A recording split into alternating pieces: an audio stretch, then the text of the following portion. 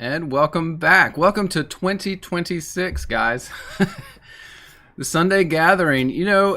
It's amazing. I think now we've been going about 6 years, at least, on the channel Bible Scribe. So this is a good marker point.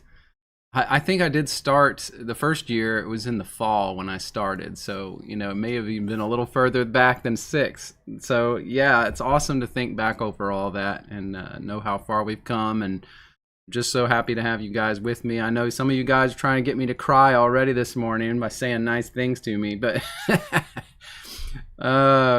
it's just good to have all you guys. Thank you for joining this morning. Say some good mornings real quick, and then we'll do our welcome. Good morning, Mike Jones. Good morning, Linda. Fast and all, good to see you. Laura, I saw you jump in there. West Wind, good to see you. Patriot, I see you there. Terry. And we've got Chrissy. Got, I think I said Fast and all. Good to see you. Alvin, good morning. West Wind. I think I'm repeating some here. Deborah Hicks, good morning. Flat Bob, as always, good to have you, bro. And who else? Who else am I missing? Karen. We got Rick. Good morning, all you guys. It's great to have you. Looking up for him, Pilgrim, right at the top. Good to see you up there. All right.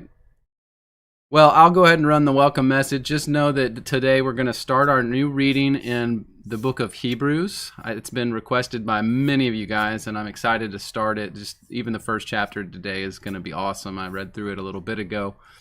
And we will get going after that with some topics. So also think about the topics you're interested in. Put those in the comments. But let me run the welcome message for the new folks. Thank you, guys. Welcome to the Bible Scribe channel.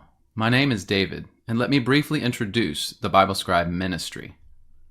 I grew up in the Protestant church, but left it in 2019 mainly because of disagreements with some of their doctrines, particularly the doctrine of tithe. I find incorrect according to scriptures, and frankly disturbing. I taught in the churches for a long time, but I started this YouTube channel in 2018 as an extension of my ministry in teaching the Bible to people around the world. Today I've produced over 500 videos with research that is focused on the Bible first, ancient writings second, and then a variety of other topics. One of the most important things I do is the Sunday live stream, which is an online church in every sense of the word. It is called the Sunday Gathering. We connect, discuss, and pray for one another on a weekly basis. And we also tackle some of the biggest topics of the day and find out what the scriptures and the other ancient texts say about them. Everyone is invited and welcome to join us on Sunday mornings at 10:30 a.m. Eastern, 9:30 a.m. Central, and 7:30 a.m. Pacific. You can easily use my website at bible-scribe.com to access all of these videos and much more. There are also more than 50 research articles on different topics, from flat earth to early church fathers to holistic cancer treatments and prevention. In addition to the website, I have developed a Bible research application, the Bible Scribe app, to study and research the Bible and more than 50 other ancient writings. This app is available to the public with limited access, but requires a membership for access to all of the writings and the features that it offers. Many people have asked how they can support the work I am doing, and that is done by purchasing a membership on the Bible Scribe app through my Give, Send, Go campaign. It is at givesendgo.com/BibleScribe. For every $10 you pay, you will get a month membership on the Bible Scribe app. It is completely up to you as to whether or not you use this membership, and you can set this up as a monthly payment or as a lump sum, and your membership will be applied or extended accordingly. Payments can also be taken on YouTube through supers, gifts, or memberships to the channel. But please know that I offer all the video content, the website, the Sunday church gathering live streams, free and without expectation of any financial support.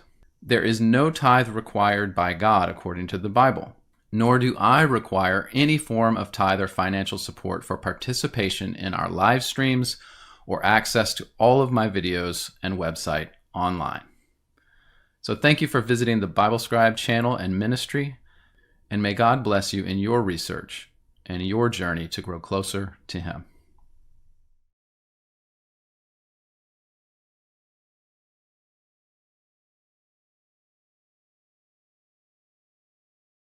All right, guys, good morning again. And it's good to see a few more of you guys pop in the chat. So I just want to say good mornings to who else we got here. We got a few new ones. We got Tomcat jumping in. Stacia, it's good to see you, of course. Joanne, it's good to have you back this week. Allison. And I see Jesse Pierce. It's good to have you this morning. It sounds like you may be new, and I'm excited to have you with us. So I just hope you enjoy. And if there's, we do towards the end of well, not the end, but we're going to do Bible reading first after our prayer, and then we're going to do topics. So if there's actually something you want me to talk about or us to discuss as a group, you can throw it out in the chat and we'll get to it. If not, and you just want to sit back and listen, that's fine too. It's good to have you. Thank you for joining. So good morning to everybody. I think I've gotten just about everyone. It's good to see you guys. Well, let's get started then with our prayer time real quick. I'll say a quick prayer before we get going, and then we're going to get into Hebrews chapter 1. Before that, I did want to mention, so Linda, you mentioned your prayer request I got for your dog with a tumor, and you said you started ivermectin and that he seems to be doing better. So I'm excited to hear that. I wanted to also mention to you, you may know about this, but I ran across this other medication. Now, wanted to mention to you this. It's on my website because I've used it before, but it's interesting because Panacure, this version here is a horse dewormer, but there's a version of Panacure that's fenbendazole that is made for dogs, canines specifically. So I would say that if you go through the ivermectin and you still want to do something more, you feel like you're not there yet, maybe this is a good option too. So I just thought I'd throw that out to you. It is readily available on Amazon, so I just wanted to mention that to you. It may not be something you need, but it sounds like you're having some good success with the ivermectin. It's good to have some confirmation there. Thank you for mentioning that. Appreciate it. Well, I just wanted to mention a few things that I've done this past week. In my videos, my research videos, I released the Simon Magus video that I think I've been hyping up to you guys for about 4 months now, and I actually feel really bad about that. So I did this Life of Simon Magus Part 1, the early years in Palestine. And, this actually is the first I split this video, the Life of Simon Magus. Now it's into 2 videos because it was getting too long. And so this is the first half of his life. Well, I should say the first part. So this is his birth through his time in Palestine when he was, fighting with Peter and the other apostles in different towns up and down the coast of the Mediterranean. He was going town to town and trying to deceive people away from Christianity. And this is the time up until he kind of got fed up with the apostles and left the entire Palestine area completely. And he went then to Rome. And of course, if you know much about Simon Magus, you'll remember that the majority of what we know about Simon was about his fights with Peter in Rome. So, this whole video is his life, but it's everything before that. And then the next video that I do on the life of Simon Magus will be his time in Rome, where Paul leaves Rome. Peter comes into Rome, called by God to fight Simon Magus specifically there. And there's an amazing set of circumstances and things that happen in Rome as they battle. And so that'll be the next one on the life of Simon Magus that I bring out. But I don't know if I'm going to do that one first or if I'm going to bring out the one on Simon Magus's teachings. As I had told you guys before, the doctrines and the things he taught are not something I went into in this video. So there's going to be there's going to be 3 total, right? But there will be a video that may come soon that is about the doctrines that he taught and the reason they're so consequential, because I think that his doctrines actually filter even into our modern time and have been kept by some of these, evil people that believed in this Gnostic doctrine. I think through the ages, they've just kept it and followed this same doctrine. Anyway, there's a couple more videos on Simon to come, and so that was a lot of fun to do. Yeah, I'm getting to the prayer, Linda. I'm not forgetting. I just wanted to mention that this video came out this week, and also on the Psycry channel, I released this Turning Point Chapter 2 Israel video. This series I'm calling Turning Point, different chapters here, is about Charlie Kirk and what happened to him, but I wanted to, there's so much fog of war out there as far as what happened and what people are saying. I've decided with these videos to only present the information, to only show things, show what happened, show what people said. I'm not adding any speculation. I'm not adding my opinion into it. It is simply almost, I'm looking at it as a documentation, effort. So the first video was about documenting the day of his shooting. The second has now been about all the things that Charlie said about Israel. And then after his assassination, all the things that were said by other people about him and Israel. So it kind of, again, documents all of that. So it's very interesting, and I think it's something that you will never see anywhere else online. You won't see this all together like this. So, you can go on X or you can go on social media. You'll get little snippets. You'll get little pieces here and there. You have to look all over for them. But this is all of them in one place. So if you're interested, you're following that, as many are, this is a place to see just what was said and what happened and not have any spin. Okay, so I'm trying to do it that way. All right, that's that. Let's do now our prayer time. So I will say, and I think some of you guys may have already put some requests. I want to make sure I don't miss any, but please mention any requests in the chat you want us to pray for. And again, I will get those requests to our prayer group on Facebook, and we will then pray for them through the week. And let's see. Okay, I think we've got a lot of opinions on Charlie, but I'm going to just focus on the prayer right now. So let's see. Any prayer requests? I want to make sure that if y'all put them, that I don't miss them. Okay, let's see. I don't think I've missed any. So let me just go ahead and bow my head and pray. If you put a prayer request, I will do my best to grab it and scoop it up and give it to our prayer group. And we'll get started this morning. Thank you again for joining. Father God in heaven, I pray this morning for clarity and good communication, and that we all can work together on these different topics. Please bless our intent, bless our hearts and our motives, because we all want to get closer to you. We want to learn more. We want to understand better. We want the truth, and we want to be close to you. And thank you so much for that unity of mind, Lord. That, man, it is pervasive here on our channel, and it was pervasive in the early church, Lord. That's what it was. It was about unity and in our effort to come to you. Thank you so much for that. Please bless these people. Thank you for the requests that are being made, even probably now as I'm praying to you, Lord. Please see those requests. And I just pray that you take care of us all in the new year. Thank you so much, even for the small, interesting, amazing things that are happening in the new year. Help us to be mindful of you during the year and to speak your truth to others, so that with whatever else is happening, people also see you in the midst. Help us to do that. Thank you, Lord, for this opportunity. Thank you for this time this morning. It's in the name of your Son, Jesus Christ, that we pray every single time. Amen. All right, guys. Thank you so much. All right. Any other stuff I want to see?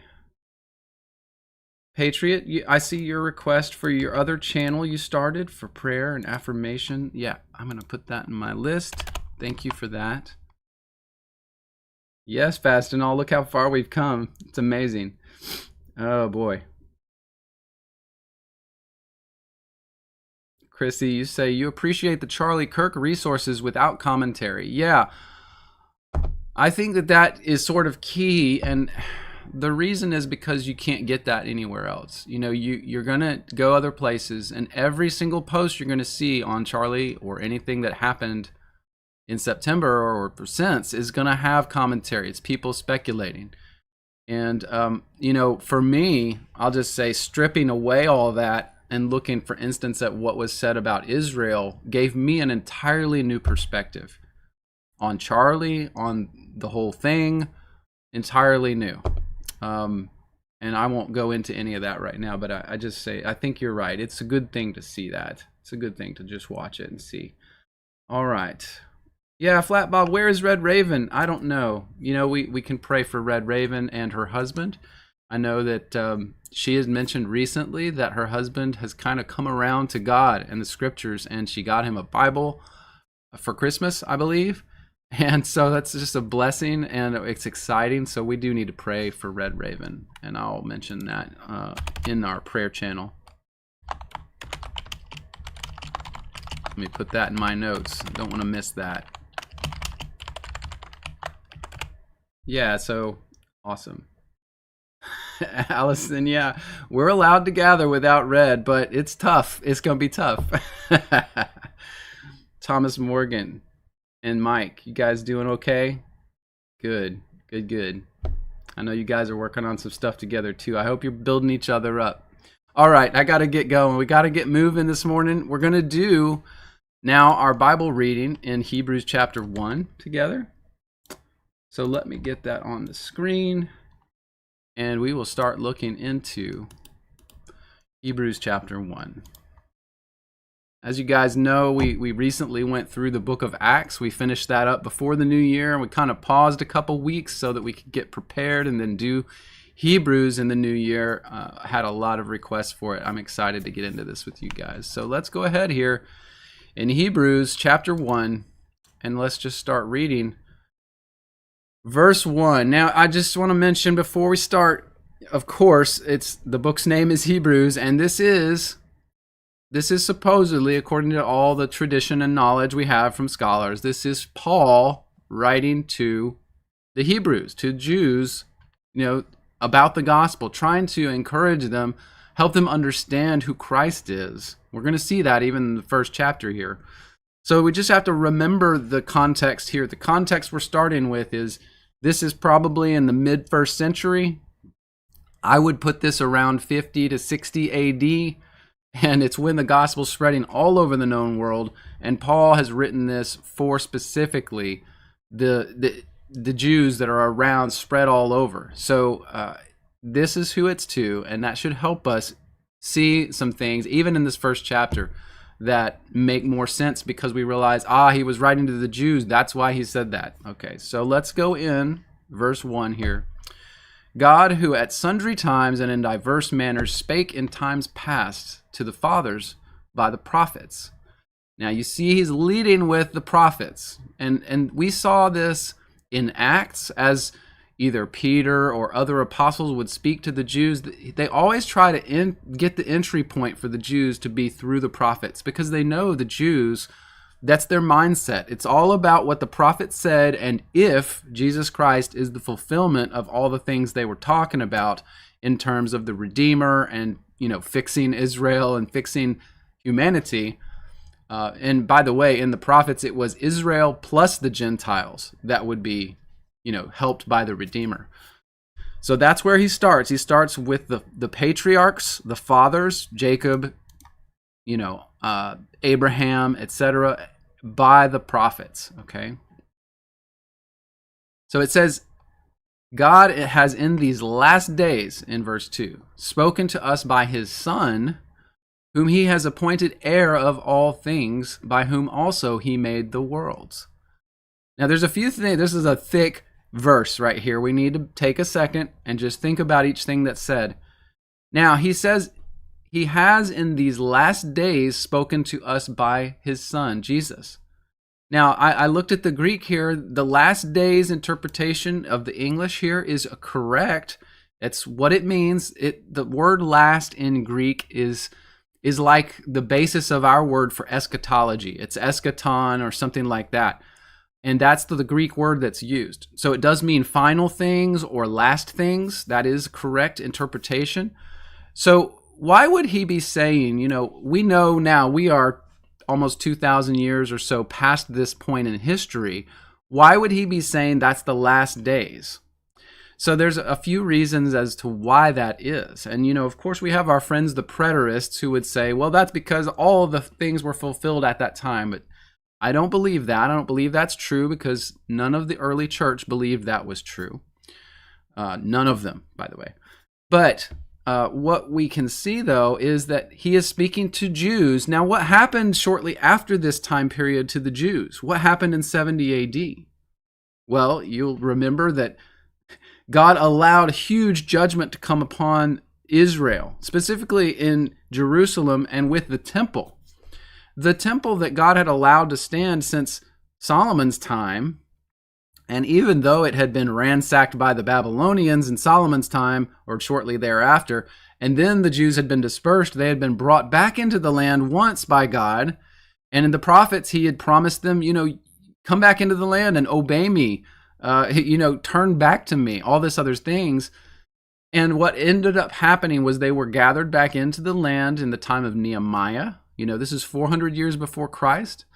And they came back in, they rebuilt the temple, they resettled in Jerusalem, and God had allowed all of that, but their hearts were still hardened, and they still kept the pagan gods from Babylon. They still were tied up in all of that stuff, so they never truly came back the way God asked them to. So what happened in 70 AD was a final judgment, if you will, of the Jewish nation. So when he says here, and I'm interpreting a little, I'm thinking about this, but I think that when he says to the Jews here, this is the last days, these last days, he's talking to the Jews specifically because for them, a judgment is coming very quickly. Okay, for them at that time, the nation of Israel, so to speak. And so that's one interpretation. Another way this might have been seen as the last days is that this was the end of an age of history. And scholars and different writings will call the age that was ending at the time of Christ the Jewish age. The book of Esdras divides that age up into 12 sections, 12 parts. This is represented in the vision that Abraham got, the vision that Jacob got called the Ladder of Jacob, where he saw 12 steps, and then there were faces on each step. This was a vision of the ages of Israel, the ages that would lead from the beginning of Israel as a nation to the time of Christ, the Redeemer.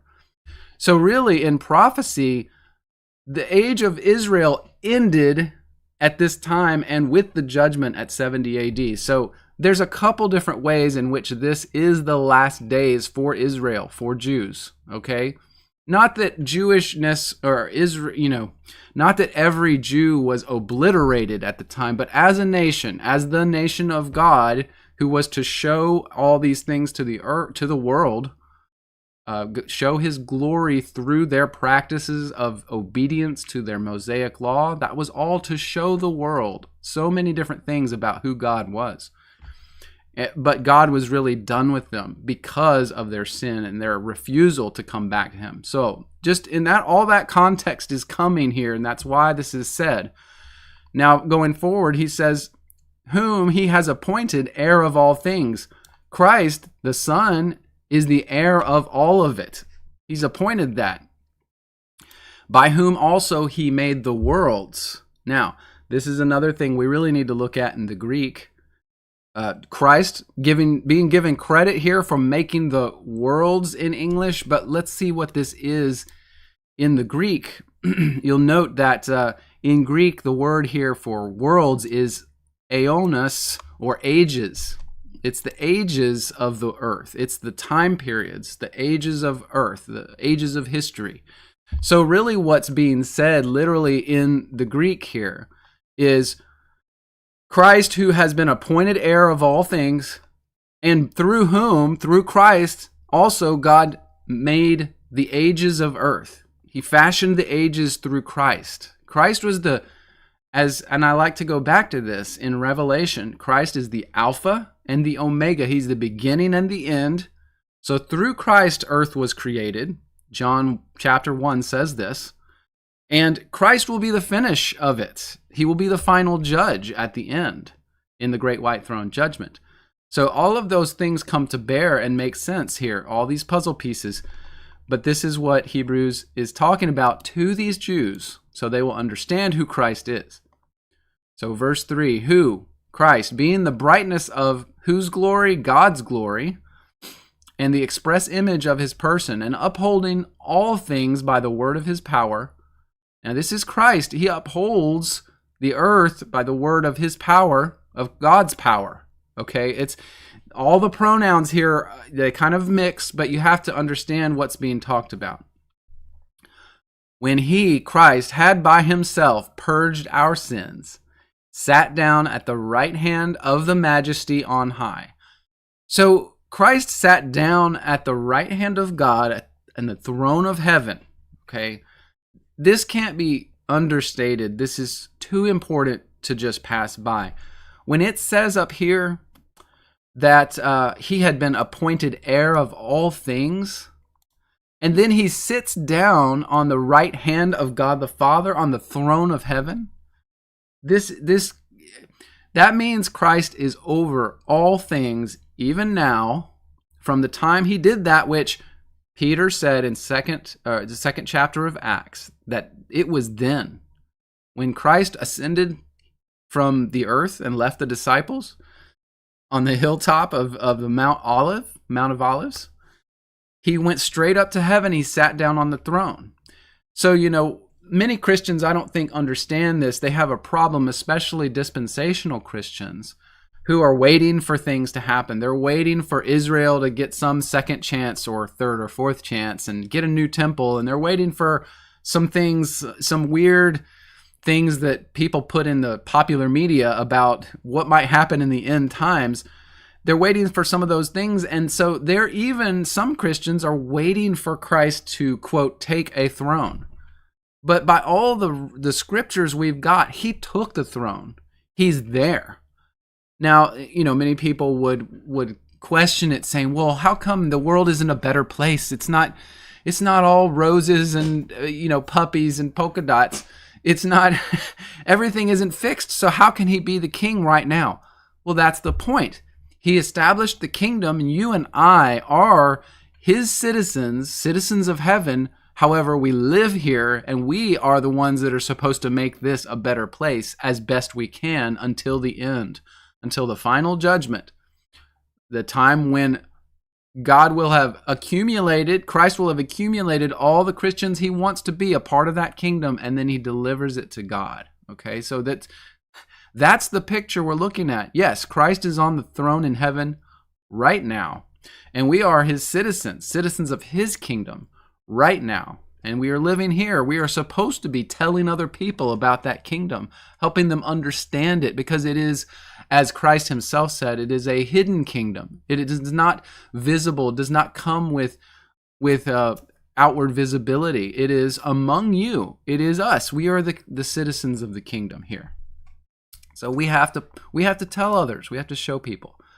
Verse 4, I'm going too slow. It's going to take us 2 hours to get through this first chapter. No, it's not bad. This is actually a pretty small chapter, but it's a great introduction to Hebrews. So, being made so much better. Now, it's talking about Christ in verse 4. So much better than the angels, as he has by inheritance obtained a more excellent name than they. So, by inheritance, God, it's set up at the top. He had inherited all things under the command of God, and he is more excellent, has a more excellent name than the angels. Now, I want to pause a second to talk about the angels. Why is it mentioning angels here to the Jews? I think personally, and this is my speculation, gut feeling based on what I know of the ancient Old Testament writings, that the Jews were very aware of the work of angels in their historical narrative, their history in the Old Testament. The specifically, if you're aware of it or not, they saw that angels were in attendance in the temple. Angels were ministering spirits in their temple. And one of the things that reminded me of this was when you look at the history of Hanukkah. Where does Hanukkah come from? The festival of lights. Now, why is it that, if you've read the books of Maccabees, you'll know this history, but the origin story for Hanukkah and the Festival of Lights and what the Jews celebrate there is that even in some of the worst times the Jews saw before Christ's coming, when there was an invasion and the temple was taken over by foreign people again, and Antiochus Epiphanes was in there doing bad things and setting stuff up.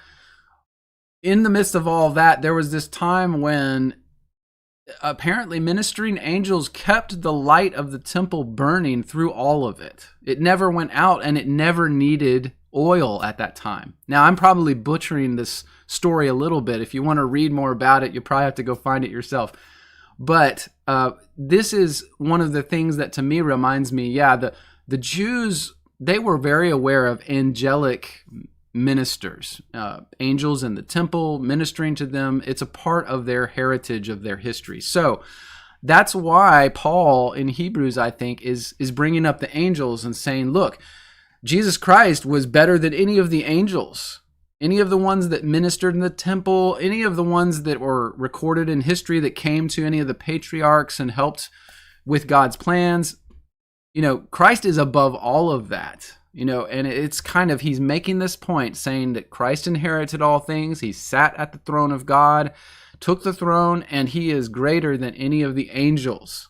Okay, so that's why the angels are being brought up here. Let me see, I've got a couple cross references here. 2 Samuel, let's see. This is 2 Samuel 7:14. I will be his father, he shall be my son. If he commits iniquity, I will chasten him with the rod and with the stripes of children of men. Now, this is a prophecy about Christ in 2 Samuel that matches this. Psalm 2:7, I will declare the decree. The Lord said to me, thou art my son, this day I have begotten thee. I think I just connected those up because the connection to Christ here in Hebrews 1:5. All right, it says, thou art my son. For which of the angels said he at any time, you are my son? None of the angels have that title of son, right? This day I have begotten thee. So that's why the reference in Psalms about the begetting of Christ. And again, I will be to him a father, he shall be to me a son. Again, when he brings in the first begotten into the world, Christ is known as the first begotten. Okay, that's a very amazing statement, and it needs to be acknowledged. We need to note this, write it down. Christ was the first begotten of any creature, anything, anywhere. Now, I'm not saying he was created, because the way it's always described is that Christ was begotten of the Father. If God is, let's imagine God as something that he is definitely not, but let's imagine him as a ball of glowing light in heaven. Let's just make it that way. Here's what the begetting looks like. Christ comes out of that, and then there's Christ and God together. Okay, so that's the best explanation that we can make of how this begetting of Christ worked. He was the first thing that came out of God, and he, is above everything else. Is he the exact same as God the Father? According to the scriptures, no, he's not the exact same as his Father, but he does the will of his Father, as the scriptures say. So, however all that makes you think about the nature of Christ, that's what it's talking about. That's what it's talking about here. He's the first begotten that was brought forth by God. He says, and let all the angels of God worship him. So again, this comparison of Christ with the angels, all the angels had to worship Christ. There was no other entity created or made by God that was on the same level as Christ. Christ is above all, and as 1 Corinthians 15 says, then God the Father was above him. Okay, so we have to understand the authority structure that God has set in place with himself and his Son, and then the angels below. So just to be aware, that's how it works. Verse 7, of the angels, he says, who makes his angels spirits and his ministers a flame of fire? Now that's just a statement about the nature of angels. There's angels like the cherubim who are said to, or the seraphim rather, I'm trying to remember which is which. The seraphim are actually somewhat serpent-like in their appearance, but also are on the appearance of like they're on fire. Okay, that's how it's said of the seraphim. that stand around the throne of God. They're like these majestic, fiery, serpentine-looking weird things, and it's crazy. So, I can't imagine what that looks like, but that's what it's talking about here, okay? Verse 8, but unto the Son, Christ, he says, thy throne, O God, is forever and ever. A scepter of righteousness is the scepter of thy kingdom. All right, now there's a couple things here that we need to be aware of and be careful of because of the translation. Okay, and I'm not trying to, I hate doing this sometimes because I don't want you guys to feel like I'm trying to change what's written. It's not that, but you have to understand that when you go to the Greek, sometimes you get a little bit different of a meaning. And I apologize if there's any flashing or on my comments section. I've got a little technical issue that I haven't figured out yet, and it has to do with my graphics card on my computer, so I apologize for any flashing that's happening on the comments section on the screen. My apologies. I will try to get that figured out at some point. All right, but unto the Son he says, thy throne, O God, is forever and ever. Now, a couple interesting things just about that statement. God says to the Son, your throne, O God, is forever and ever. So this is God the Father speaking to Jesus, calling him God, and saying, your throne is forever, Jesus. Now, most of the people, most like Trinitarians will just see this and they'll say, well, Jesus and the Father are the same being in some sense, so that's why God calls him God. And, that's the Trinitarian kind of mindset explanation for this. But the reality in the Greek is a little different. So I just want to take you into it. So he says to Christ, God the Father says to Christ, Son, the throne of yours, and he calls him Theos. Okay, this word Theos, I've mentioned it before to you guys. Most of you know this, if you've been with me for any time. This is not capital G God. Okay, this is a word in Greek that means a divine being, a divinity. So they, again, used this word Theos for angels. They used this word for God the Father. They used it for the Greek gods and the Roman gods, Apollo, Zeus, Hera, Hermes, Mercury, all of these. They were all Theos. So when we read these scriptures and we see the capital G God, we need to, I believe, to get the full understanding, we need to go to the Greek. And if it's this word Theos, which it always is, whenever you see the word God in the New Testament, it is the Greek word Theos. What God is saying to Christ here is, your throne, O divinity, O divine one, my Son, your throne, divinity, is to the age of the age. Now, as we read, it says in the English forever and ever. What he's saying literally in this Greek is, my Son, you are divine and your throne will last from age to age. Okay? Now, that may mean to you forever, but there are a defined set of ages for the history of Earth. As I've talked about many times, there's essentially 7 allotted for the history of Earth, then an 8th that will have some amazing things happen in it, including the final judgment, and then ages without end once heaven and earth are remade and combined. So what we see here is that God says to Jesus, your throne, O my divinity, my Son, is from age to age, throughout all ages, essentially. It's not necessarily he's saying infinite forever, but it is forever. But we have to understand the meaning in the Greek to make sure we get what the significance is. So I really wish, and maybe at some time I would love to have a translation of the Bible that literally uses more literal words than these in the English. It should say here, thy throne, O divine one, is forever, or for age to age. It's from age to age. A scepter of righteousness is the scepter of your reign or your kingdom. In the Greek, this word kingdom is the same as the word reign. Okay, your rulership. So your scepter is righteousness. So that should make sense. You should like lock in on that. It should be like, oh yeah, This makes sense. This is what God would say to his son, who came out of him before creation, was involved in creation, and then God puts him on the throne of creation, the throne over all of it. And his righteousness is his scepter, and that will last throughout his rule. Now, verse 9, you have loved, this is again God speaking to Christ, you have loved righteousness and hated iniquity. Therefore God, even thy God, has anointed you with the oil of gladness above your fellows. Now, realize that this is God speaking again to Christ, okay? Now, again, this reinforces what I just said. He actually specifies here. Now, again, this word God, we have to be careful in the Greek. It's the word theos. It means divinity or divine person, divine being.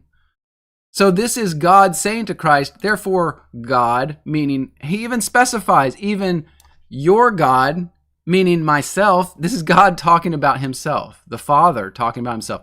I have anointed you with the oil of gladness above your fellows, above all the angels in heaven, above all the seraphim and the cherubim and the ophanim, above everything around the throne of God. You are anointed above all of it. Okay, I guess it gives me goosebumps because this is Paul speaking to the Jews so they understand Christ's position. They understand it. Okay, and he went back to the prophets and everything else. He's now trying to establish for them who Christ is, why he has the authority he has. Because God anointed him, set him apart for this. His only son, his first begotten, he put him on the throne of heaven, and he reigns now from age to age. Verse 10, and thou, O Lord, in the beginning you have laid the foundations of the earth. Again, this is God speaking to Christ. Thou, O Lord, in the beginning has laid the foundation of the earth, and the heavens are the works of your hands. Christ did these things. This is what God is saying to and about Christ. He says, and after he mentions the heavens and the earth, he says, they shall perish, but thou remain, and they shall wax old as a garment. Now, I've talked about this a lot. There's a lot of people out there right now that don't believe that heaven and earth will ever end. There's a lot of preterists that believe that the earth is going to go on now forever because everything was already fulfilled. And they allegorize the new heaven and earth, and they say that that's just a reference to like the temple and the new covenant and blah, blah, blah. No, none of the writings say that. In fact, they say it's all going to perish. It's going to fall into chaos. God will remake it. As it says in verse 12, as a vesture you will fold up the earth and heaven, and they will be changed. But you are the same, Christ, you are the same, and your years will not fail. You will be Christ, and you will be the king of this kingdom from age to age forever, essentially. Now, the references here, just so you know, this comes from the book of Psalms, chapter 102, verse 25 and 26. It says, of old hast thou laid the foundations of the earth, and the heavens are the works of your hands. This is David talking about Jesus Christ in the Old Testament, in Psalms. Verse 26, they will perish. Foundations of the earth and the heavens, they will perish, but you will endure. Yea, all of them shall wax old like a garment, as a vesture shalt thou change them. They shall be changed. If he hadn't driven the point home enough, the earth and heaven are going to be remade, just as Revelation chapter 21 says. And again, people try so hard to allegorize all that stuff and metaphorize it. It's not metaphor. It is God telling you what he's going to do in the end. So we need to... I get beside myself trying to tell people, like, this is real stuff. It's real spiritual stuff. It's not just some allegorical representation of some nice touchy-feely thing that doesn't mean anything to anybody. It's real. Okay, God is real, and what he's going to do is real. Verse 13, but to which of the angels did God say at any time, sit at my right hand until I make your enemies thy footstool? It's obviously a rhetorical question. This is, I believe, from 1 Corinthians. Well, it's from Psalms, but I think it's in 1 Corinthians 15. It's mentioned. The Lord said to my Lord, sit at my right hand until I make your enemies your footstool. The Bible confirms itself. Just be aware of how much we now are able to tie all of this stuff together throughout the scriptures. He says these things over and over and over again. It's just, I don't know why, but most scholars don't really connect all the things. They don't really connect it in a way that makes sense. They don't use logical thinking. They kind of don't really chase these connections, but they're all there. Okay, Paul was intentional by what he said, and the reason was he was trying to talk to these Jews. That's connected to Psalms. It's connected to 1 Corinthians when Paul said it to the Corinthians who were pagans. Okay, so he said the same thing to them. He said the same thing to the Gentiles. Verse 14, are not all the ministering spirits, these angels, are they not ministering spirits sent forth to minister for them who shall be heirs of salvation? So again, he's just, this point about the angels, he's trying to drive it home. Christ is above those. He's above everything except God the Father. And he, according to Paul, is the fulfillment of all these things he's quoting in the Old Testament from David, from the book of Psalms. And I'll just mention, the reason he's quoting David to these guys is because David was one of the most prominent prophets. I've gathered this over just the reading and the research I've done. It seems that the Jews honored David above almost every prophet, okay? So, you've got Peter in Acts chapter 2, as we said, and he's talking to the Jews at Pentecost. And what is the thing he says the most? He says, Jesus is on the throne of David, your father David. And so it seems like David is this pivotal figure for the Jews, period. They did, of course, honor the other prophets, but between Moses and David, those were the two linchpins for these Jews. So that's why Paul here is really attacking the things that David said about the nature of who Christ is.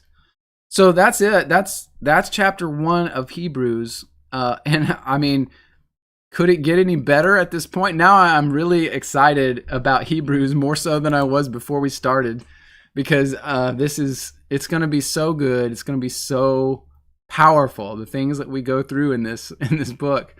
I'm getting choked up just thinking about it. It's so good. Oh my gosh. Well, anyway, phew. Thank you guys. That's good. I'm excited now. Let's go on, I guess, to our topic stuff now. Let's get started with our topics. Whew.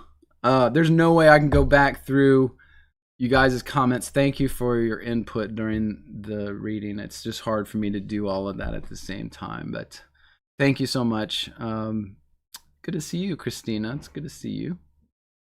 All right. Yeah, Mike Jones, you said if Jesus rules from age to age, does that just mean the ages of earth, or does he give the throne back to the Father at the end of our age?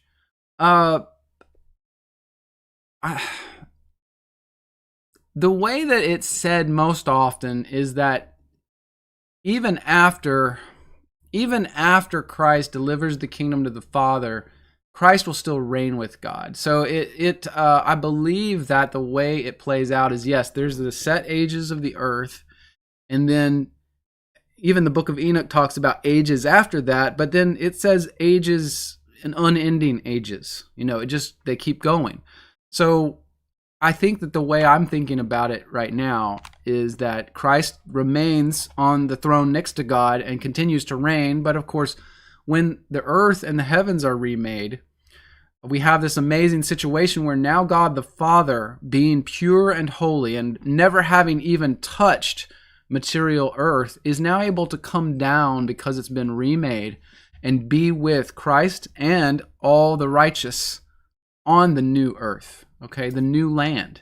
Okay, and again, in Greek, that word earth is land. The new land that's all made, and God will be able to be there because he is pure and holy. He cannot connect himself right now to this corrupt, evil place where we live. Okay, this was never meant for him, obviously, never meant for man either. actually in the beginning, but because of the fall, we are now part of this. We have to go through it.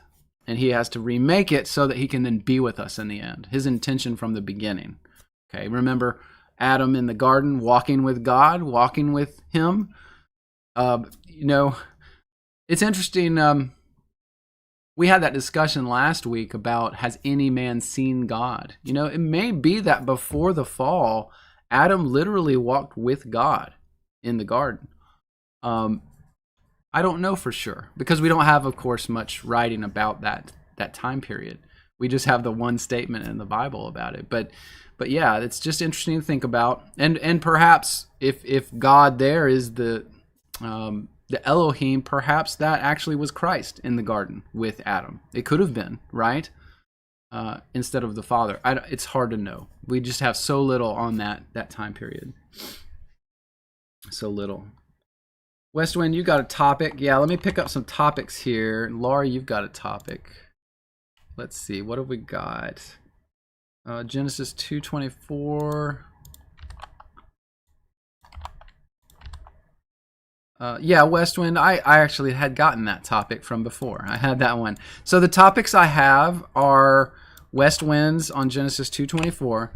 I have Looking Up for Him, Pilgrim, your question on the significance of the 14 generations in the beginning of Matthew. And then Terry Barnes, yours is on, did Jesus show mercy to the demons when he let them enter the swine, etc. And then Chrissy, you asked about the moon as a map. So that's what I have. And then If Thou, I see you have Cleopatra's needle. That'd be interesting to look at. Let's take that. And then Laura, your topic. How do we deal with the psyop campaigns that are coming like birth pains, closer, more intense? What are we birthing? That's an interesting way to put it, Laura. I like that. I like that. McNamara, I like your statement there about Ezekiel and the prophets referring back to David so much. I think you're totally correct. They definitely did that a lot. So yeah, Psalms is like a basis for all prophecy just about in the Old Testament. Okay, I think that's about it. Yeah, Laura, you mentioned taking screenshots of the chat. It's not that. It's not that. It's me. It's my end. I mentioned it earlier. It's some kind of technical issue. When I have the stream going and I have all these windows open, and it doesn't always happen, but it sometimes happens that it starts flashing like that. Like it's almost like I don't know. It's like a graphics card glitch. I think my graphics card needs an update, but I'm always hesitant to update the NVIDIA graphics cards because they come with a ton of software that gets installed on your machine.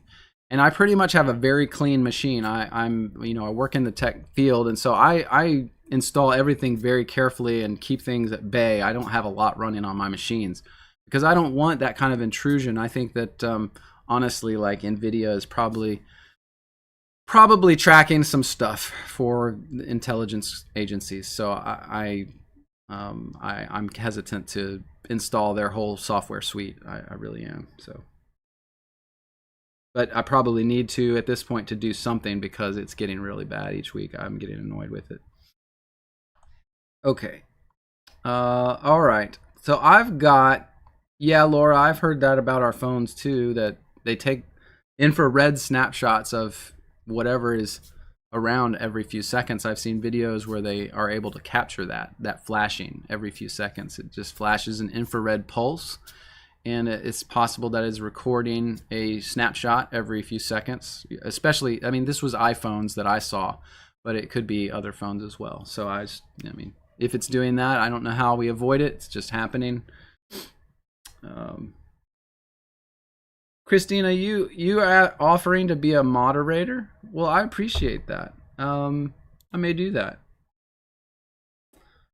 I will say though, Christina, as a moderator, I will make you one. But I would say I want you to be very cautious, and I don't like muting people or doing anything to stop people from commenting even negative opinions, as long as it's not spam. And as long as it's not hurtful towards other people, if it's not malintended, okay? And even that, sometimes I'll just give a warning, and if something is said twice that's just wrong and mean, then I will. That's kind of my feelings on that. But you are a moderator now. Thank you, Christina, for doing that. I appreciate it. All right. Okay, let's go to our first topic, which is west wind. Genesis 2:24. I think I'll just put it up as Genesis 2:24. We'll go there. West wind. Let me put it this way: were Adam and Eve the first people? Now, I probably won't spend a ton of time on this one, and it's because I think I've done it a few times before. We talked about the whole, what they call the sixth-day man theory, or the pre-Adamite race theory. This is mostly promulgated by the whole group, and I did a video on this on my channel. It's called The Sixth-Day Man, and you can find it if you guys want more information on what I found when I looked into this. And so I think, Westwind, your question is just to kind of push at me and say, hey, what do you think about this thing? So let's look real quick. Okay, thanks, Jesse Pierce. Good to have you this morning. I hope you enjoyed it. It's good to see you. Hope you come back. God bless. All right. So Genesis 2:24. Let's go there real quick, and let's look at it together. Genesis chapter 2:24. I imagine this is just the verse where it says that man should leave his father and mother. So Adam said, verse 23, this is now bone of my bone, flesh of my flesh. She shall be called woman, because she was taken out of man. Therefore shall a man leave his father and mother and cleave unto his wife, and they will be of one flesh. They were both naked, the man and his wife, and were not ashamed. So let's say you're saying, if Adam and Eve were the first people, why would Adam mention marriage and mention a father and mother when at this point there are no fathers and mothers on the earth? And I would suggest that because I have found no good evidence from any scriptural writing that there was a pre-Adamite race. Okay, there was no humans before Adam. In fact, all the writings I've ever studied that are ancient and Christian and or Jewish, including the Talmudic writings, the rabbinical writings, the Midrash, and all of that, all the Jewish writings, including the Old Testament, the Dead Sea Scrolls, every single one contends that Adam is the first man, the first human man. Okay? Now, I can't do anything other than what the writings say, because that's how I come at all of this. Okay? That's how I approach all of this study. Now, so you can go to so many verses that say the first man, Adam. Okay, even in the Bible, but then you go outside the Bible and everything else says that too. So it's just problematic, I think, to deny all of that and say, no, there was another race of people before Adam, and that the days of creation were not literal. That's another thing that's testified to by all of the writings I just mentioned, that the days of creation were 24-hour days. And so they don't say anything to the contrary. So there's no way to inject that into the writings and pretend that it's actually true. I can't do that myself. I don't think there's enough evidence to do that.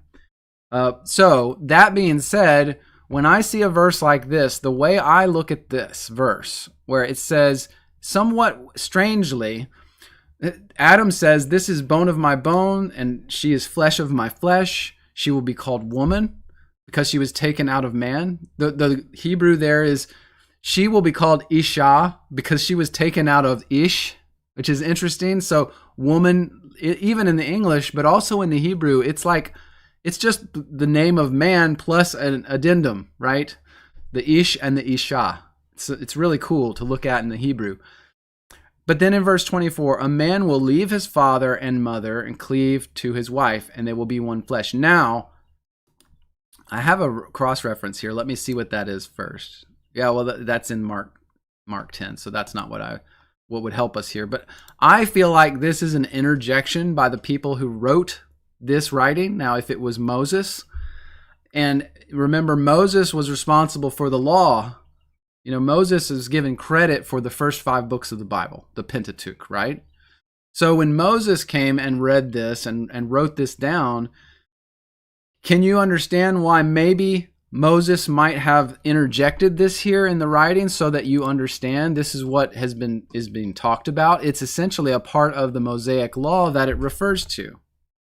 So, Adam says, this is bone of my bone, flesh of my flesh, and she will now be called woman. That was really the end of what Adam said. And now this is an interjection by the writer, which was supposedly Moses, saying, therefore, because Adam said that, shall a man leave his father and his mother and cleave unto his wife, they shall be one flesh. So that's the way that I see this passage. And it's not Adam saying, then, okay, a man's always going to leave his father and mother. No, I think this is an interjection by the author of the writing. And then it says in verse 25, so they were both naked, the man and his wife, they weren't ashamed. It goes on to describe everything, right? So that's how I see this passage. And I don't think that there were any humans before Adam and Eve.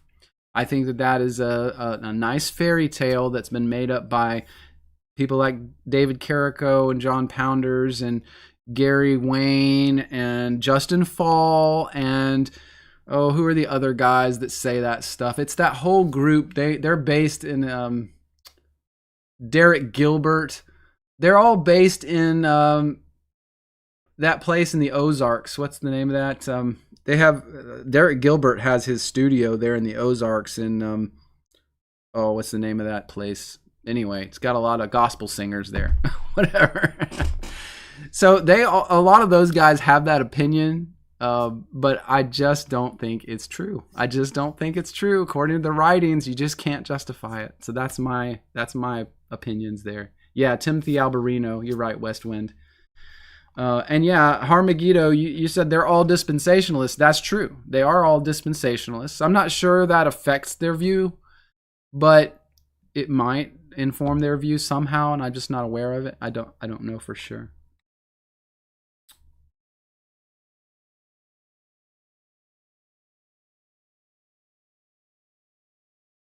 Okay.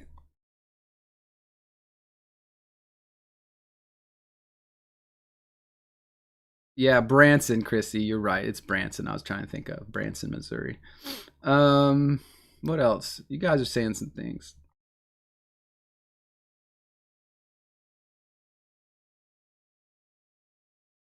So, Westwind, you said that you do believe literal Genesis, but you're just wondering if Adam was the first man that God chose for his purposes and placed him in the garden. Yeah. Well, I mean, I would just suggest, if you are toying with that idea, go out and try to find a writing that proves it. Because again, I just have to always come back to that the writings are our only link to the history. We can't, in the 20th century, we can't look at the 5,000 or 500th century BC. What is it? No, it'd be the 55th 100th century or whatever, 5,500 years before Christ. So 7,000 years ago or more, and say that we know anything about it except the writings. That to say anything other than the writings, what the writings say, is ludicrous. We shouldn't do that. We should not do that. So I would just encourage you guys, any of you that are studying that, try to find it, try to source it, because in the end, there's no way you're going to, be able to prove anything out unless you find writings to support what you're saying. Okay. Not in any final sense or proof sense. You can't prove that out unless you have a writing to back it up. So it's just hard. West Wind, you say, challenge accepted. Yes, do it. I'm excited. I would love to see what you guys find out, because on that journey, you will find out some amazing things. It may not be what you think. It may be what you think. Let's find out. But you'll learn. There's no end to learning, and that'll just be a nice kickoff. You'll have so much to learn there. It'll be fun. It's a great thing to do. Okay. Let's see here. All right. Let's go on to our next topic then. That is looking up for him, pilgrim. You asked. The 14 generations mentioned in the beginning of Matthew. So you asked specifically, looking up for him, what the significance of the 14 generations was mentioned in the beginning of Matthew. That's an interesting question. I say right off the bat that I don't know for sure. I messed up my screen there.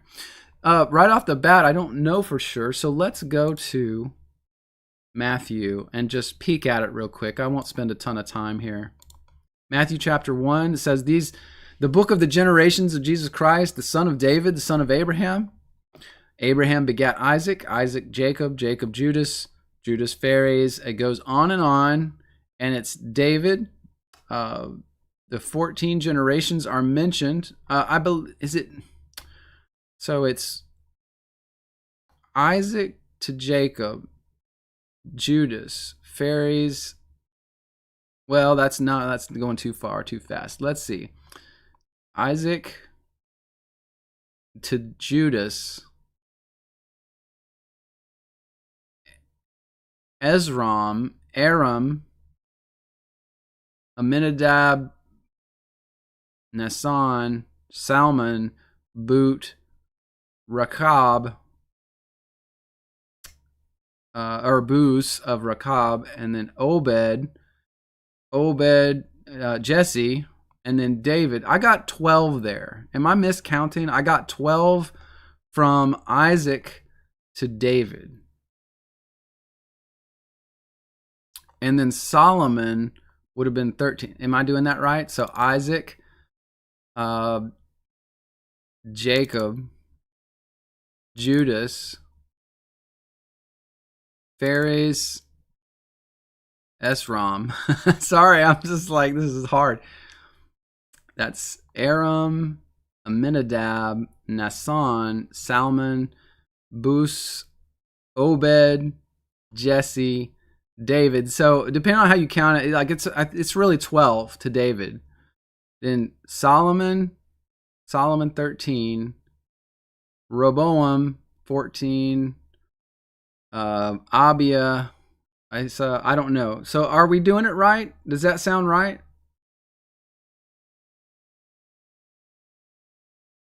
Looking up for him. You say Matthew 1:17. So it says it.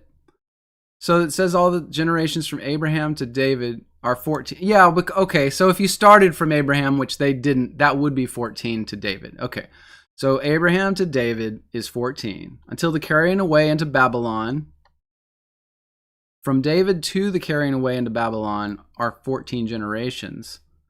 From the carrying away into Babylon to Christ are 14 generations. The birth of Christ on the wise, when as his mother Mary espoused to Joseph before they came together, was found with child of the Holy Ghost. Yes. Okay, yeah, I got you now. So I didn't see that in 17. It just mentions the 14. So, okay, yeah, from Abraham to David makes sense. And David to the carrying away of Babylon, and then the dispersion to Christ, so another 14. 14, 14, 14. So interesting that it's 14. So if you look at that, I'm just trying to think through this. I don't know the significance right off the top of my head, but the number 7 is obviously significant, right? You guys know that. So what we're talking about, 3 14s are 6 7s, right? So 6 7s from Abraham to Christ. So that's interesting. So what's the 7th set of generations? That's what is interesting to me. The number 6 isn't necessarily important, because the number 6 is generally seen by scholars as the number of man. So the number of man is usually 6, as Revelations uses it for 666 as the number of a man, and it's the number of the beast, right? And so the number 7 is obviously significant because the ages of the earth are 7 ages. And I don't know. I'm having a hard time putting together that puzzle and making something out of it. So it's all speculation at this point for me. But Thomas Morgan, you say 70 generations total from Enoch to Christ. Yeah.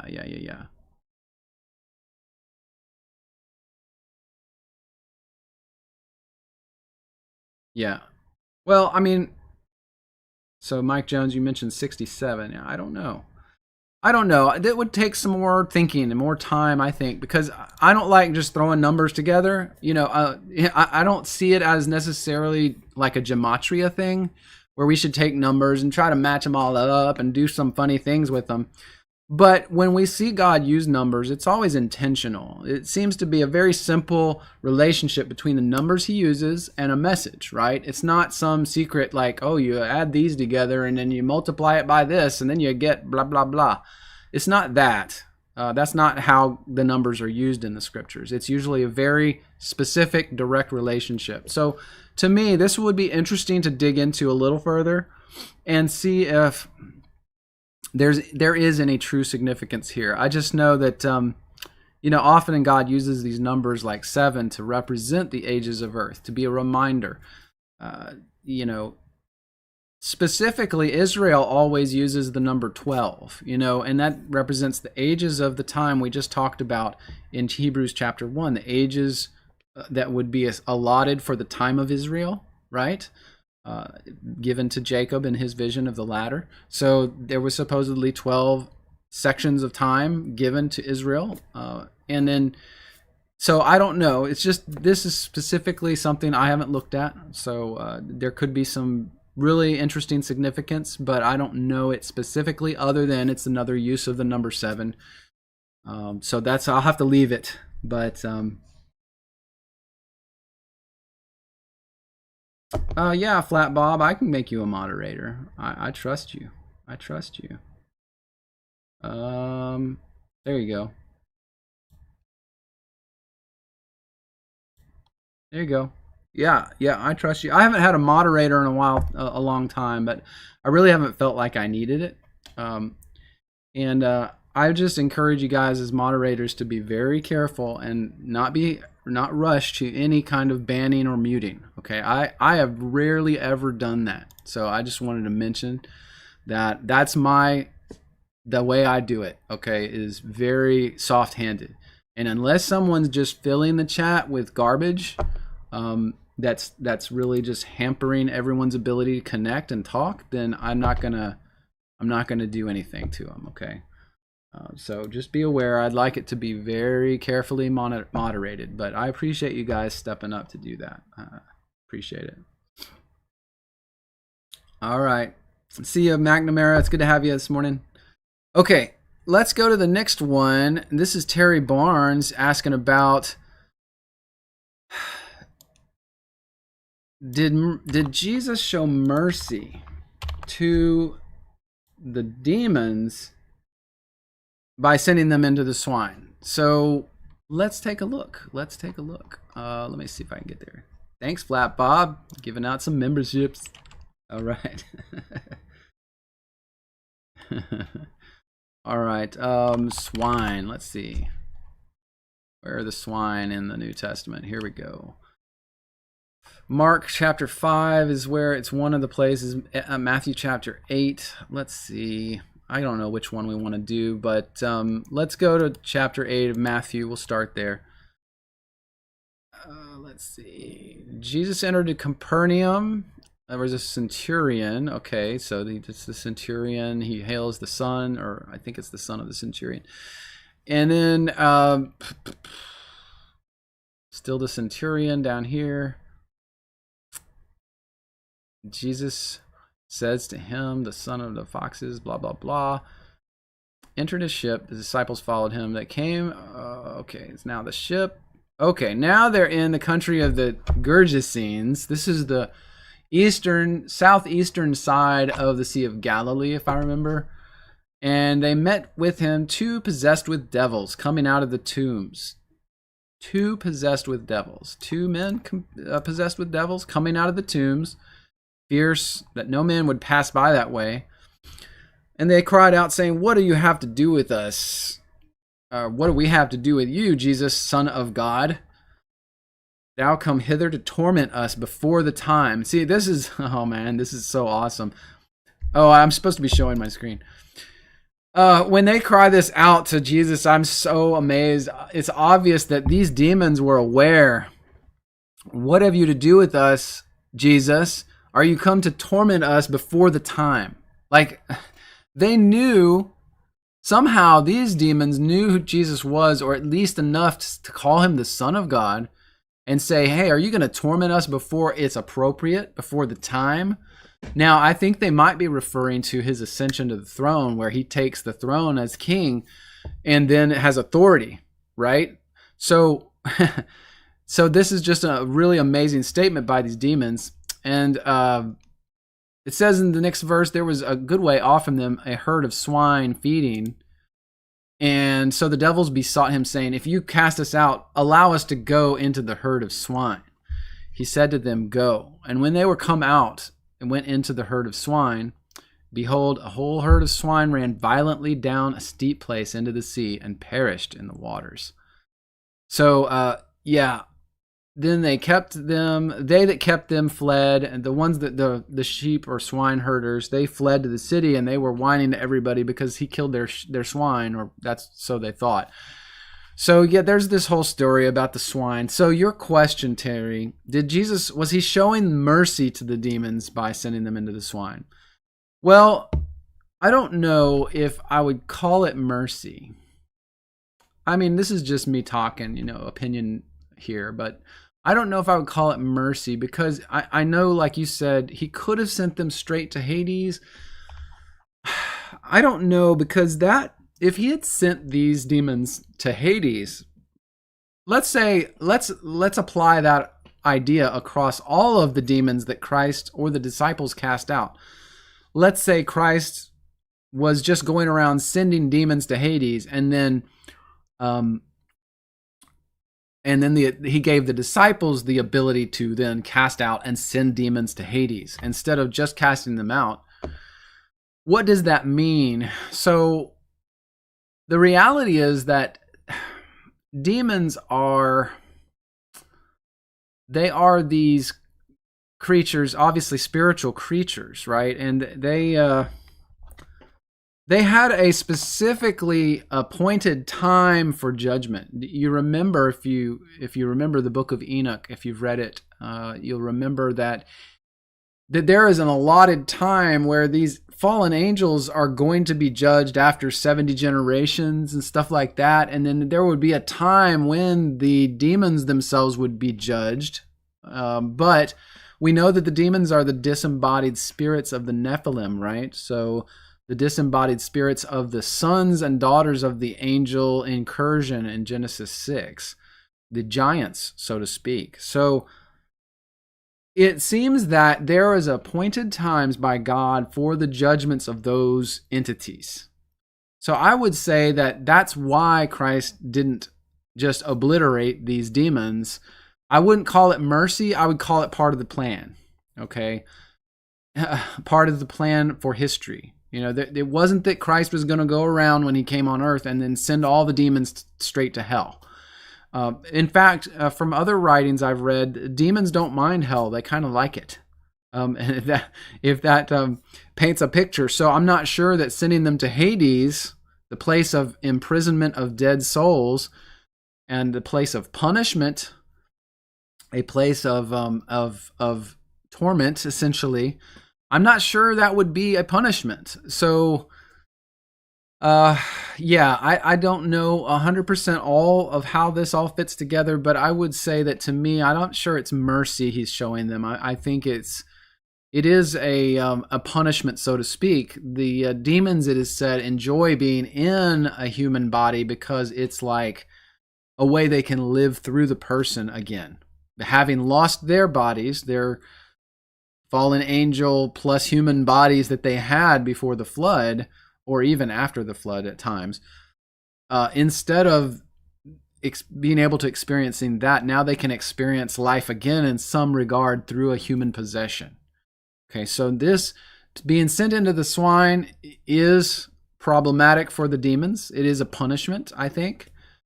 And because it doesn't let them experience life the way that they remembered it, right? It is a punishment. But I think also the idea of sending them into obliteration, just getting rid of them altogether, I think it was not a part of God's plan. So this is Christ staying in line with God's plan and also at the same time punishing the demons for what they were doing. That's how I would answer that. So again, that's bringing a lot of things together that I've read or heard, but I hope that helps in some regard. Flat Bob, yeah, you say you think it's because they can't go to heaven or hell. Yeah, I think they're definitely not able to go to heaven. And hell, again, is one of those words that kind of encompasses a few things. So to me, when you say hell, you might be talking about Hades, and you might be talking also about the lake of fire. There's different places down there, as a part of God's creation that exist. So yeah, I think that's interesting to talk about too.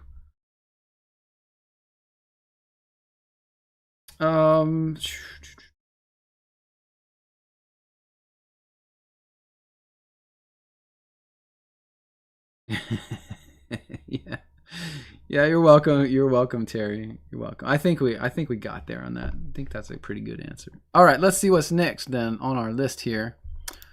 Go back over here. What do we have? If thou ask this question.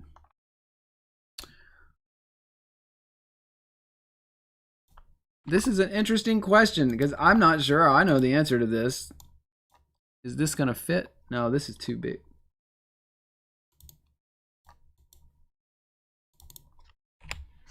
Let me change that to make it fit on the screen. Okay. Cleopatra's needle. Is it something that the Israelites were told they should destroy? Let me see if I can find, I think I've got some information on this. Yes, I do. Yes, I do. So, Cleopatra's needle. Let me share this on the screen. Cleopatra's needle is replicated, if I'm not mistaken. I think it was moved to London, and then I think it was replicated in New York, actually, if I'm not mistaken. So, here's the one in London. On your screen, you can see this, I think, is the original one. You can see all the weathering on it. You see the hieroglyphs on it from top to bottom. And yeah, this has been set up in London. You do have to ask yourself, well, why would the Londoners, why would the Brits, why would the ruling class in London set up Cleopatra's needle there in London? Well, I would say it's probably because the Bank of London and the royals being the controlling interest there, and London itself being literally a separate entity from the UK. Okay, it's like its own country where the Bank of London is, and some of the stuff in London. It's the city of London is like a separate country, just kind of also like they've done in Washington D.C. It's almost set up like it's totally separate entity, kind of like the Vatican. Okay, it seems to be maybe a pattern that the elites share across when they want to go in and control an area, right? They set up a separate entity. They guard it. They protect it. They put the needle of Cleopatra, which is a obelisk. It is a phallic symbol, and in regards to that, let me see if I'm trying to get this size, see the whole thing at once. As a phallic symbol in ancient Egypt, I believe that what we can assume from what we know is that these obelisks were symbols of power. They were a phallic symbol. They were the phallus of, which was the Egyptian god whose phallus was cut off. Was it Set? So I think that that's the phallus of Set, and it represents human power. It represents power. A power structure, a control, a control mechanism. It represents power and authority. That's why they took this phallic obelisk and they took it from, was it Luxor, somewhere in Egypt, and they had it shipped all the way to London. Can you imagine the effort there involved to ship that thing to London? And so you would have to ask yourself, why do they want to go to all that effort? It seems like, it's just a waste of money to move this Egyptian obelisk from, Middle Egypt up to London for this reason. But this reason to them is everything. It's a symbol of power. It, probably in some etheric or esoteric way, they believe it's actually a conduit for, you would probably call it, along with me, you would call it satanic power. But that's what they believe, right? That they are using these symbols, these obelisks, these all sorts of different symbols, statues, things that they do. It is a way to gather unto themselves power in the physical realm. So that's what it's about. Now, there is another one in Central Park now, and I think this was set up not too long ago. This is in Central Park, New York City. So let me think here. Let me see. I'm going to have to look this up because I don't know when the one... so they're both legitimate. According to Wikipedia, these are a separated pair of Egyptian obelisks now in London and New York. So they are both originals. I didn't realize that. Since the 17th century, obelisks have been named in the West after the Ptolemaic Queen Cleopatra. They stood in Alexandria for 2 millennia until they were re-erected in New York City and London, London and New York in 1878 and 1881, respectively. That's an interesting time period that's an interesting time period. I would say, those of you who are interested in this kind of research, you should study this time period around the late 1800s, because this is when a lot of things were happening. If London sets up an obelisk and New York sets up an obelisk in 1878 to 1881, then that time period must be significant. As some of you are saying Freemasonry, this makes me think of something else. Let's look at the Statue of Liberty. Now, when was the Statue of Liberty delivered? In 1886, just a few years later. I would say that the reality here we're seeing is, yes, that there is an esoteric group that was starting to establish these centers of power around the world, and they were using these markers as symbols of their control. And so if you study the Statue of Liberty, you'll notice that it for one, looks a lot like some different statues in ancient Greece and Rome of the god Apollo. Even though people think it's a woman, it looks exactly like the statues of Apollo from ancient Greece. And then it also has its foot chained at the bottom. Now, why would a statue that is supposed to be symbolizing liberty, what we consider to be freedom, have a chain around its ankle?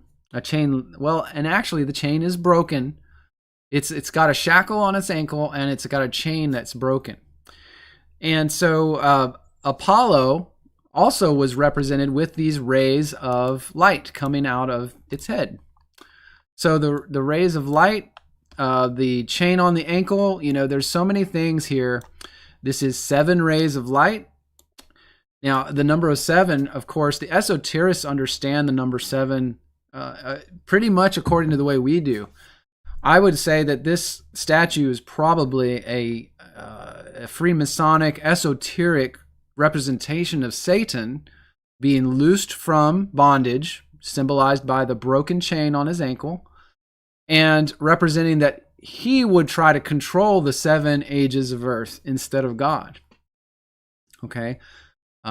So you have to be aware that these symbols were used. And this statue was given and fashioned by Freemasons in France. Okay, that's a fact. So this all fits together, but I would say these Cleopatra's needles are part of this symbology. Now getting off of that rant, because I'm kind of going off a rabbit trail here, specifically, you asked if these were something that the Israelites should have destroyed, as opposed to, I don't know, whatever. Now, I'm I'm curious. It says the obelisks here were originally made in Heliopolis, modern Cairo.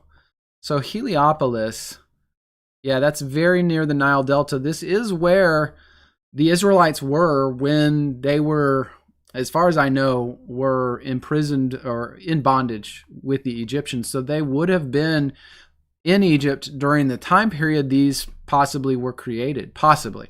I'm trying, that's a lot of stuff to connect, and I'm not going to say I know for sure, but it's the same place, same location that the Israelites were. So it's interesting. I can't say for sure I can't say for sure that the Israelites were commanded to destroy these. And I'm trying to think when that kind of a command had ever come from God for the Israelites to destroy Egyptian obelisks. You know, if the Egyptians had, while they had the Hebrews and Israelites in bondage, if they had commanded them to build these, that's possible. But I never see a point in the Bible where they are commanded to go in and destroy the buildings, the obelisks, the architecture of the Egyptians. Okay, so that to me is problematic with just the statement. Maybe that's not something we should have expected for the Israelites to destroy these obelisks. But I don't know all of it. The book of Jasher is actually pretty specific on some of this stuff. It tells a lot about the time when Israel was in bondage to Egypt, a lot more than the Bible tells. So if you want to study this and see if there's more connection here, between possibly the Israelites should have destroyed some of these things or something like that, I would encourage the study of the book of Jasher, and you would point yourself towards around, I think it's around chapter 60 to 80, if I'm not mistaken. That area of the book, it's later on that this is talked about, the bondage of the Israelites in Egypt. So that to me is interesting, and I think there might be some connections there that you've mentioned here, if thou, and that might be something to look into. Like what was the connection between these obelisks and the ancient Israelites that were in Egypt? It's possible. All right, let's see. I don't know if thou is still with us. I don't think that they have mentioned anything, so yeah.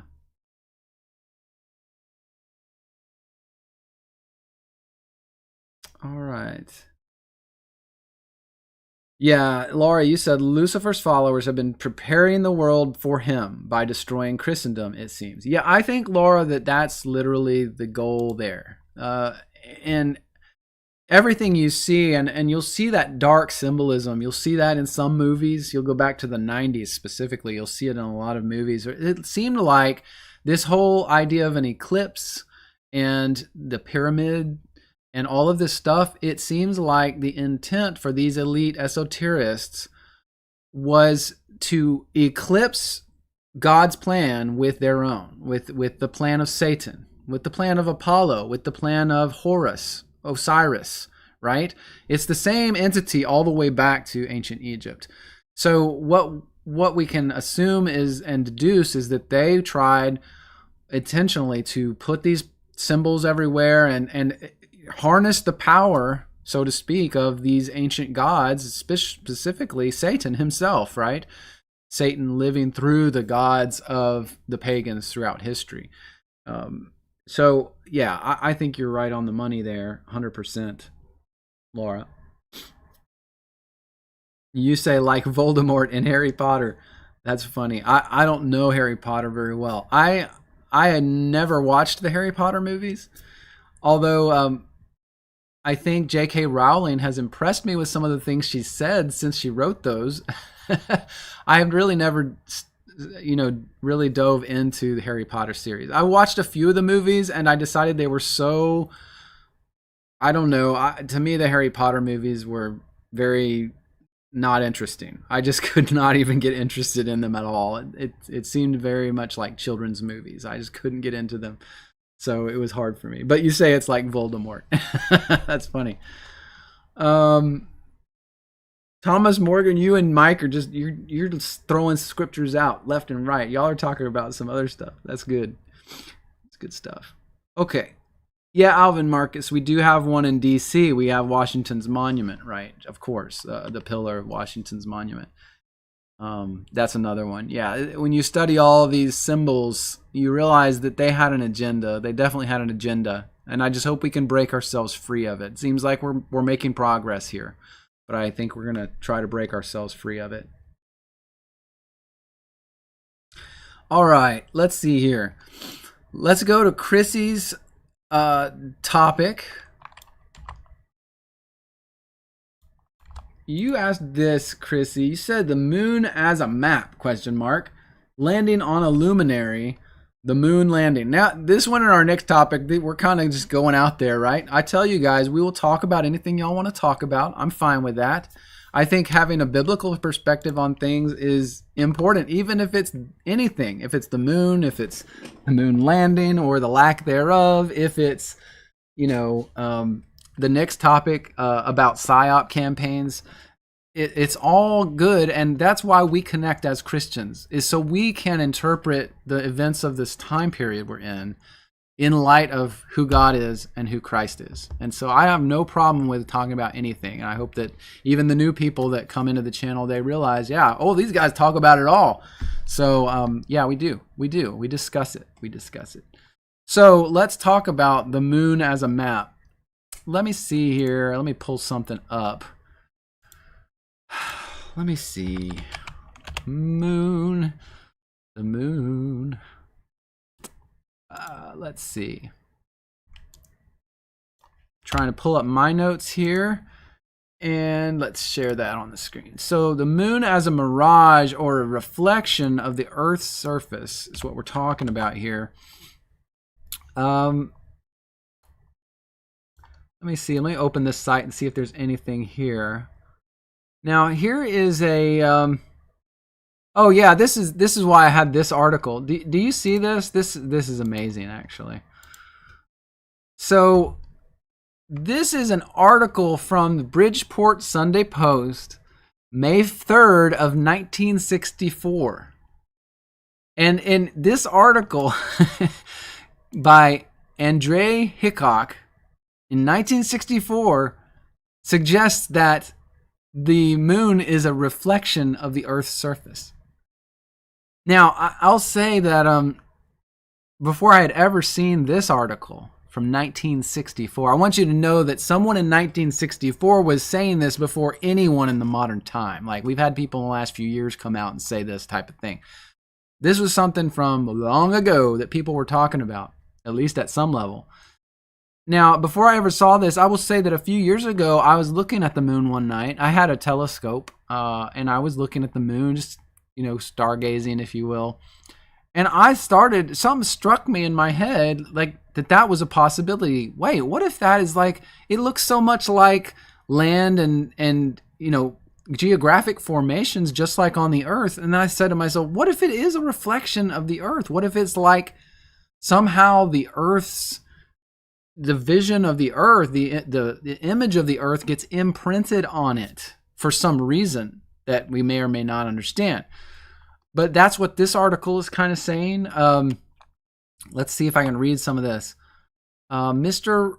Rodnar, it says, is convinced the waters of the oceans, which occupy 3/4 of the Earth, act as a vast mirror when the sun, which is 109 times the size of Earth, according to the scholars, shines on their surface and reflects the land and water masses against nature's own projection screen, the atmosphere. He illustrates this conclusion by filling a round dishpan, blah, blah, blah. According to the theory, the moon as seen from the United States is a reflection of the land masses of Asia, Africa, Australia, the Soviet Union, and China.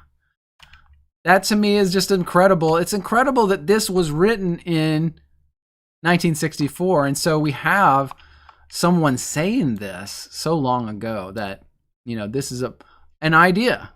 Now, can we confirm this? Can we prove this? I'd say no, we cannot. We cannot prove this because we don't have the scientific implements it would take to prove this at all, okay? And I'm going to do something real quick. I'm just going to save this image because it is important to me to have that image, and I don't have it on my site yet. So I want to save this. There we go. Yeah. Okay. Now I've saved it and I have it here. Okay. But, so I was just saying that we really can't prove this. It's just the same thing as why we cannot prove the size of the sun. We can't prove the size of the moon, really. We can make, well, the moon's actually, we're better at the moon, but we can't prove all the things that the scientists claim because we do not have the implements to measure a distance that is 93 million miles from the distance to the Earth to the sun. We don't have the implements, the mechanical necessary implements to actually measure that reliably.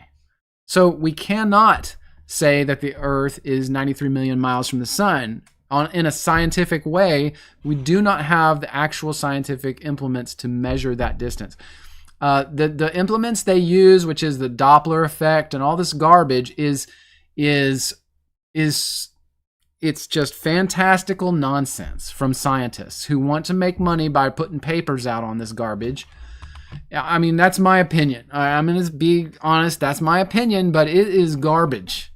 And they make stuff up to support the model that they have, the heliocentric model, the infinite space model, which is nonsense, all of it, the just ungodly amounts of space between the sun and the moon and the earth and the planets, everything. It's all just made up nonsense. It's mathematics that has been constructed in a way that makes it make sense. But mathematics can be, if you know anything about doing equations, you know you can solve them multiple different ways, and every single way you solve them might work in math, but it doesn't represent reality. That's what we have from our scientists. We have a bunch of math scribbled on napkins that they say represents our reality, but it doesn't. There's many ways you can do the math to represent the reality we live in. That doesn't make the math real. What's real is what God has told us about reality. So, I would just say that in terms of the moon being somehow a reflection or a view of the earth in some way, I would say that seems to me like a probable or plausible suggestion. I don't know enough about luminaries, which is what Chrissy mentioned. The Bible and the ancient writings say that the sun and the moon and all the stars are luminaries. Okay, it mentions them in this way. It describes them in this way.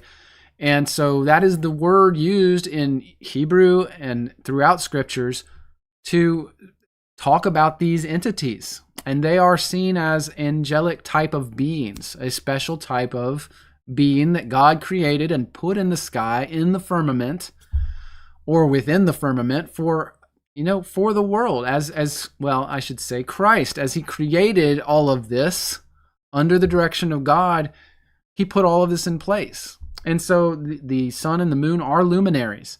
What does that mean? What's the moon made out of? I don't know. Most of the ancient texts just talk about the sun being the greater light and the moon being the lesser light. There are some texts, some ancient texts, Christian texts, that talk about the sun and the moon in relationship to Adam and Eve. Not that there's any significance beyond that they kind of represent that idea. But yeah, that idea, of course, being that Adam is the glory of God, the image of God, and Eve is the glory of man, right? Eve is the glory of her man. Just like the New Testament says, right? So it's the lesser glory. And I'm not trying to get into some discussion about men versus women.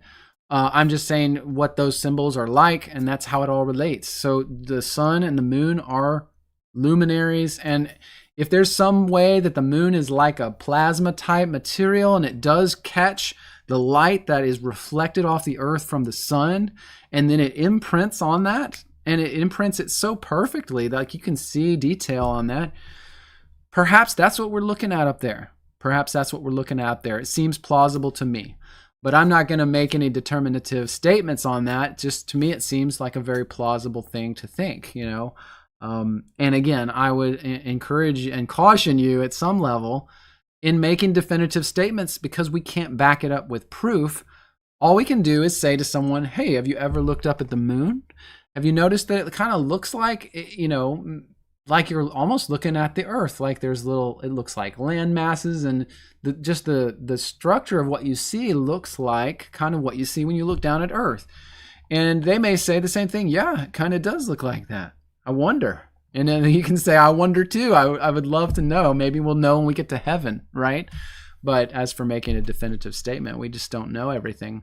But it seems very plausible that that's the case. So I would just throw it out like that and leave it there. McNamara, you say, yeah, the sun and moon are very masculine and feminine in their habits and their glory. Yeah, no, that's a great statement. That makes total sense to me. What else you guys got? Chrissy, yeah, you said the astronauts were very enthusiastic about the moon landing when they were questioned about it. I know your sarcasm there. I know it. Let me see here. Where I've got it. I've got that press conference. Apollo 13 press conference. Is this it? Oh no, that's not it. That's the different one. It's the same thing though. The press conference with Lovell, Swigert, and Hayes. Here it is.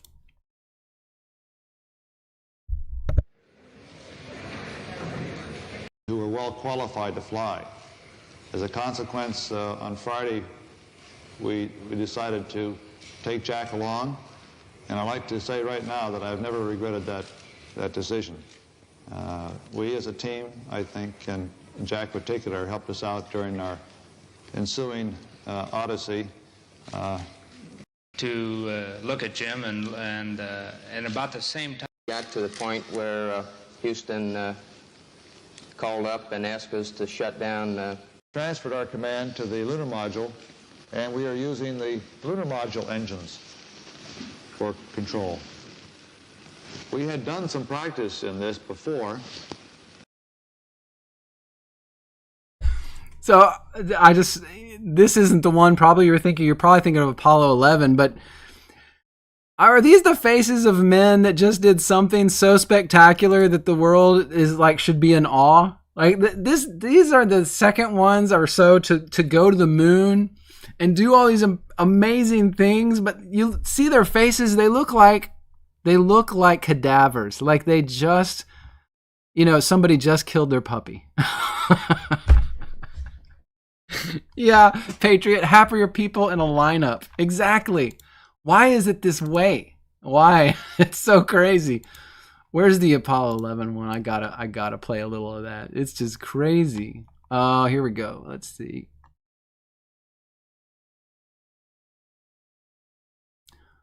Oh, why do I have such a hard time finding some of this stuff? Here's on my list of things of why the landing was fake. There's so many things. Okay, I'm sorry. I'm getting off track. Well, I don't see. Oh, here it is. Apollo 11 press conference. Here it is. Yeah.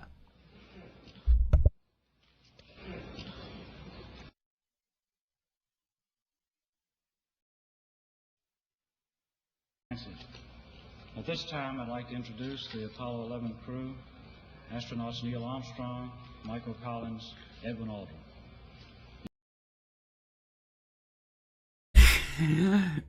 So this is even worse because these are the very first ones. They apparently walked on the moon. They stepped off the lunar lander and stepped around in the dust of the moon, the lunar dust that with no atmosphere just adheres to the surface for some reason. They did the most amazing thing that humanity has ever done in history, recorded history, and look at them. Look at their faces. Oh my gosh, they are horribly like sullen. Like what happened? What Didn't you guys just come back from the moon? Come on. The answer is no, they didn't. The answer is no, they didn't. They were kept off in a trailer somewhere. They were hidden away from the public while the mission was going. They probably pre-recorded all of the other stuff. Probably not even these guys. They pre-recorded it with other people on the moon walking and doing all that garbage. They probably pre-recorded these guys in the flight simulators in NASA, and they had that footage to show of the cabin and everything else. These guys didn't go anywhere. I can tell you for 100% certain that if I had just come back from the moon, I would be 100% smiles, ear to ear. I would be excited to tell everybody everything, but this goes on for an hour and a half, and they can't crack a smile. They look like they're dying. When it gets to this guy, I can't remember which one this is. They stutter. Like, they stutter to say things. They stutter to come up with answers on what happened. And it's mind-boggling. This is not the way that people act when they have just achieved the most monumental thing that humanity has ever achieved in science. This is a lie. This is all a lie. It is 100% certain in my mind that this is 100% a lie. These guys didn't go anywhere. They would not act like this if they had gone anywhere whatsoever. And this right here is enough that every human being on earth, just this right alone, evidence-wise, this is enough to make everyone question. It should make every single human being question the moon landings. Every single one. Because there's no way on earth that anyone would act like this after they just achieved the most monumental achievement in human history. No way. That's my 2 cents. Take it for what it is. That's my rant for the day on the moon landing. It's so stupid. Oh, goodness. Yeah, Mad Paximus, a.k.a. Arizona, right? Yeah, exactly. That's what it seems like. Chrissy, you say that Erica Kirk is a better liar than these guys. I wouldn't go that far. That's so funny. That's funny. Oh, goodness. That's so bad. All right. Let's move to the last thing. And that, Laura, is something you asked. And you asked this, Laura. I thought it was an interesting question. We will talk about this. How do we deal with the psyop campaigns? The psyop campaigns that are coming, you said, like birth pains, or it seems like they're getting closer and closer and more intense. What are we birthing? I mean, this is the last topic of the day, so this is my ranting and my, my perspective, and you can take it for what it's worth. I will say that a lot of people have a very negative view about everything that's going on right now, from top to bottom. I do not share that negative viewpoint. I have a very, very, and in January 4th of 2026 now, I have probably one of the most positive feelings and viewpoints that I have had in a long time. It's been hard the last few years getting to where we are now, seeing everything that's happened. When was it? I'm trying to think. Smith. Yeah, let me see something. Hold on.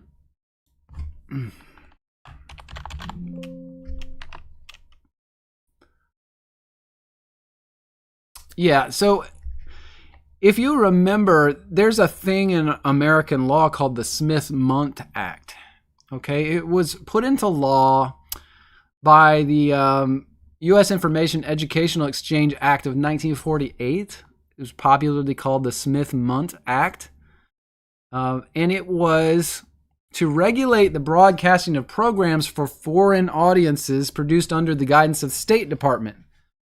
So what it did was it made it so that our State Department is, if I understand this correctly, our State Department in America could get involved when any foreign country group wanted to broadcast something on American media. Our State Department could get involved to oversee that and make sure it wasn't propaganda, right? It prohibited the domestic dissemination of materials produced by such programs from foreign groups, foreign audiences, under its provisions. And what happened was that, the greatest president of all time in America, Barack Hussein Obama, came along in 2012. I mean, as one of the many unconstitutional things he did from day one of his first presidency to the end of his second presidency, when he essentially train wrecked, he sandbagged, eight-balled, train wrecked Trump's incoming presidency intentionally. He in 2012 remodernized the Smith-Mundt Act. And the reason he did this was because he wanted to allow propaganda to be promulgated through the American media. So in 2012, he changed this, got them to change the act, essentially. So now even the government, the U.S. government, the intelligence agencies can promote propaganda against American citizens. So we have to realize that from that moment on, everything is garbage. Everything is deception, lies, propaganda, specifically in mainstream media, all the TV stations, all the main news publications, New York Times, all of these guys, all the main TV outlets, CNN, NBC, ABC, CBS.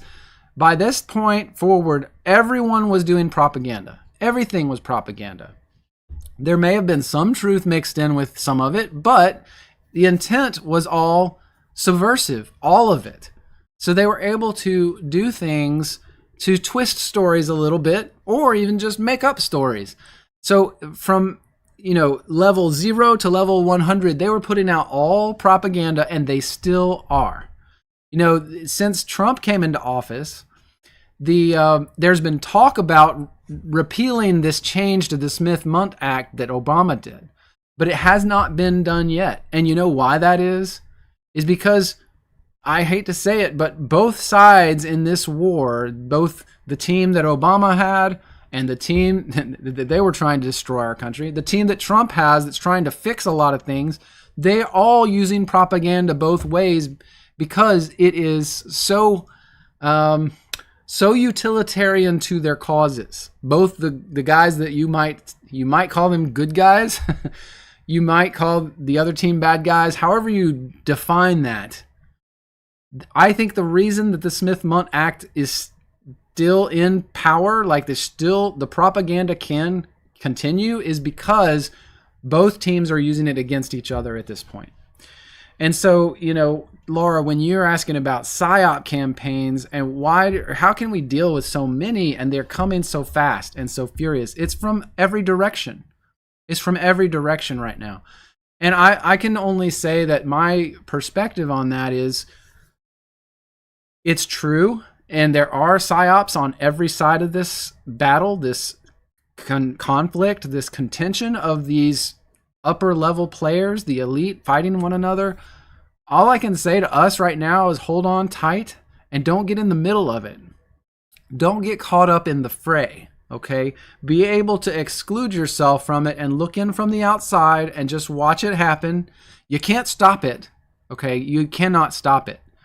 Now, what we can do is we can have our Sunday morning services, our church time, where we can get together, we can talk about the things that really matter for us and all of humanity. But in the meantime, while all this psyop crap and this propaganda is going back and forth and different things are happening and it's crazy town, we have to be able to separate ourselves from that enough to stay on focus with our mission with God. Now, as things change and it gets worse or better and things change, I think things are getting better. I think things are better now than they would have been, say, if Obama had still remained in power and then handed over the mantle to Hillary Clinton. If that had happened, we would be in a world of hurt right now. So, at some level, we have no ability to influence what they are doing right now, any of them on either side of this conflict. So we're going to have to watch it play out. You're going to have to educate yourself and be able to extract yourself and then look at it with an analytical eye, but also realize there's no way we're going to know everything until the dust settles. There's no way we're going to know anything about it until the dust settles. But I will say a lot of that can get very discouraging. I've talked to friends who are, more or less discouraged by everything they're seeing, and I don't know what to say to that. I think, to me, I see a lot of good things happening. They're not talked about. The media doesn't talk about the good things, but like the people of Venezuela right now are cheering in their streets because they know their election was stolen in 2019. They know that Nicolas Maduro, whoever he was working with, the cartels, they know because they had family members who were run over in the streets by Humvees by the cartels during the protests because of that election. So Venezuela is being liberated. And not only the Venezuelans believe that, I've seen multiple videos of Venezuelans telling you what is going on there. They're all so excited. They're praising God in the streets. They are literally praising God in the streets. So if you don't understand the good things that are happening, good things, then I can't help you. You're going to have to somehow find a way to have the 10,000-foot view and be able to isolate out, wow, that's a really good thing. We stopped some human trafficking. That's a good thing. We stopped this. We stopped some of the cartels. We stopped some drug running.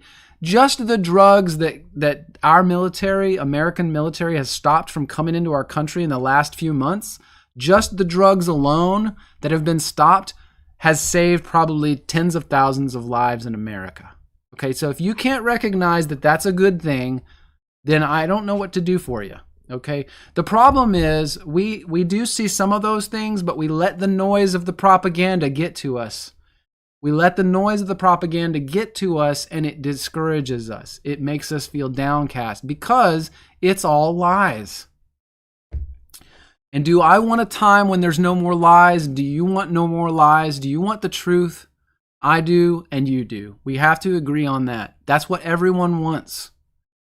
So I don't know how to say it any more succinct than that, but that's the only way we're going to get through this without becoming despondent, angry, bitter, depressed, despairing. We can't let that happen. We can't let that happen. For one, that is the tools of Satan. That's the tools of the devil. So we as Christians need to stay above that fray a little bit, and we need to focus on the good. Focus on the good things. Build each other up. Build other people up with Christ. Focus them in on God and Christ instead of the fray, okay? The fray of craziness out there. So, anyway, Fastenal, are you saying you sound like I sound like you? Good. I'm glad that someone else out there is very positive about where things are headed. I think that there is deception out there, and I think there's deception on both sides. But I think the end game is a good thing. I think we're headed in a good direction. And I don't think I've ever been more sure of that than right now, or at least not in the last 4 years or so. Okay, not in the last 4 years. So I'm more sure than I have been in a long time of how good things are going to go for everyone in the future. Just hold on. Mad Pax, you say glory to Jesus. I say glory to Jesus. Glory to God in heaven. Yah's will, you say there's no way the government does anything clean. You can't have salt water and fresh water at the same time. Yeah, well, I agree at some level with that. Yeah, and that's what I keep trying to remind myself is this is a dirty game that's being played out. It's a dirty war. We've never seen a war like this in the history of our anywhere. We've never, because technology is at this point now where the war is an information war. It is a propaganda war. That's the whole point. Don't you see that? I mean, I think I see that. Like, it is totally an information war. And that's why there's propaganda coming from everywhere, both sides. Some good, maybe you might say, some bad, some just totally deceptive and evil. But, I don't know. I don't play the game these people play. And I don't ever want to. I don't ever want to.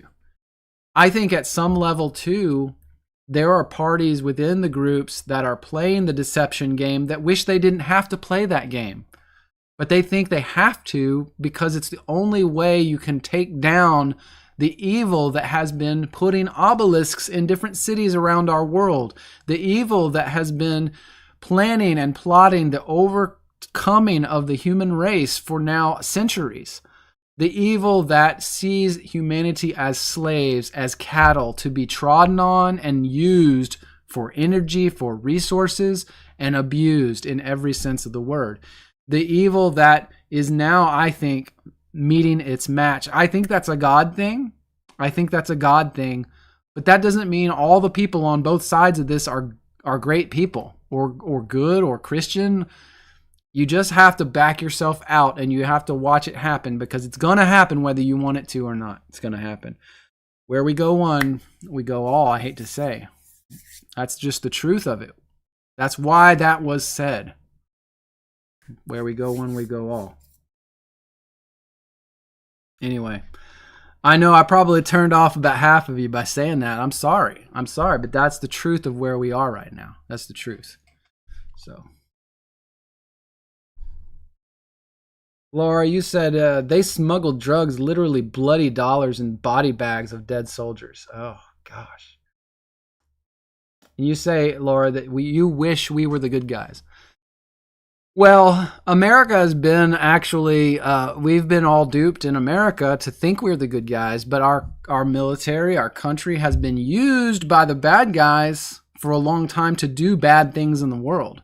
So, I mean, you can say that we are the bad guys, but I think that that's wrong. I think it's wrong to say that we, the citizens, are the bad guys. We are not the bad guys. We never wanted any of the things that has been done with our country, with our money, with our military. We didn't want that.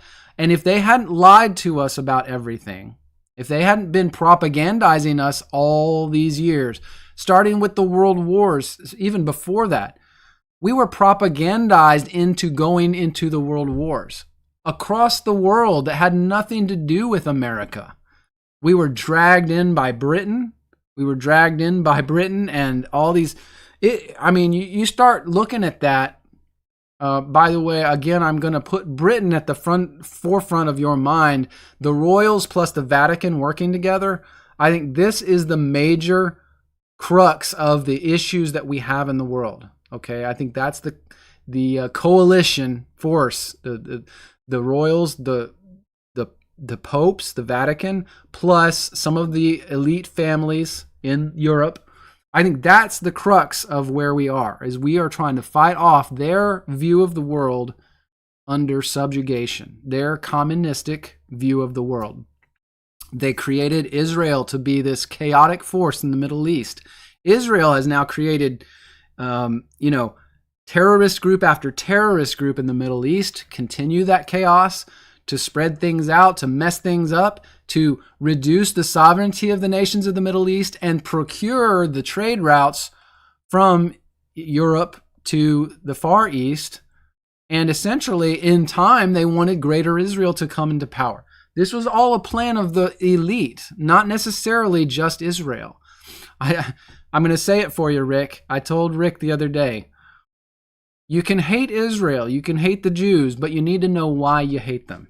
Okay, because they were put where they are for a reason, and that's why they are what they are. Now, you may or may not agree with that. Some people are just so laser focused on Israel that they can't see anything else. But the reality is that Israel is a tool, always has been. They've been used and abused because they are so good at what they do, and that is deception and trickery, Mossad, etc. So you can hate them, you just have to know why. Okay, you got to look to who created them. Who occupied Palestine before they handed it over to Israel? It was the British soldiers. So you got to know why. Okay, you got to know why you feel the way you do. Don't just hate. Don't just lump everything on one group for just because it's fashionable. Because it is fashionable right now. It's becoming more fashionable. And I'm not saying anything about any stupid anti-Semitism. That's a hoax. Anti-Semitic isn't a thing. I'm just saying if you're going to hate, you got to know why. Got to know why you hate, okay? Anyway, I'm ranting now. Now I'm ranting. I think we're about done though, guys. I think we're about to sew it up for the day. Yaz, will you think most real Christians are gonna be essentially killed for their beliefs, but God has a remnant? I don't see that coming right now. To me, I do, Yaz, will. I see that coming in the future, but not from America, not here. I see that coming in the Middle East. It's going to be a few years, a few decades before that happens, as far as I feel in my heart. But that's my opinion.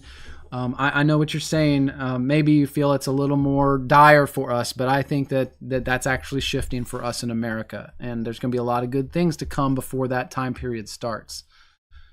But anyway.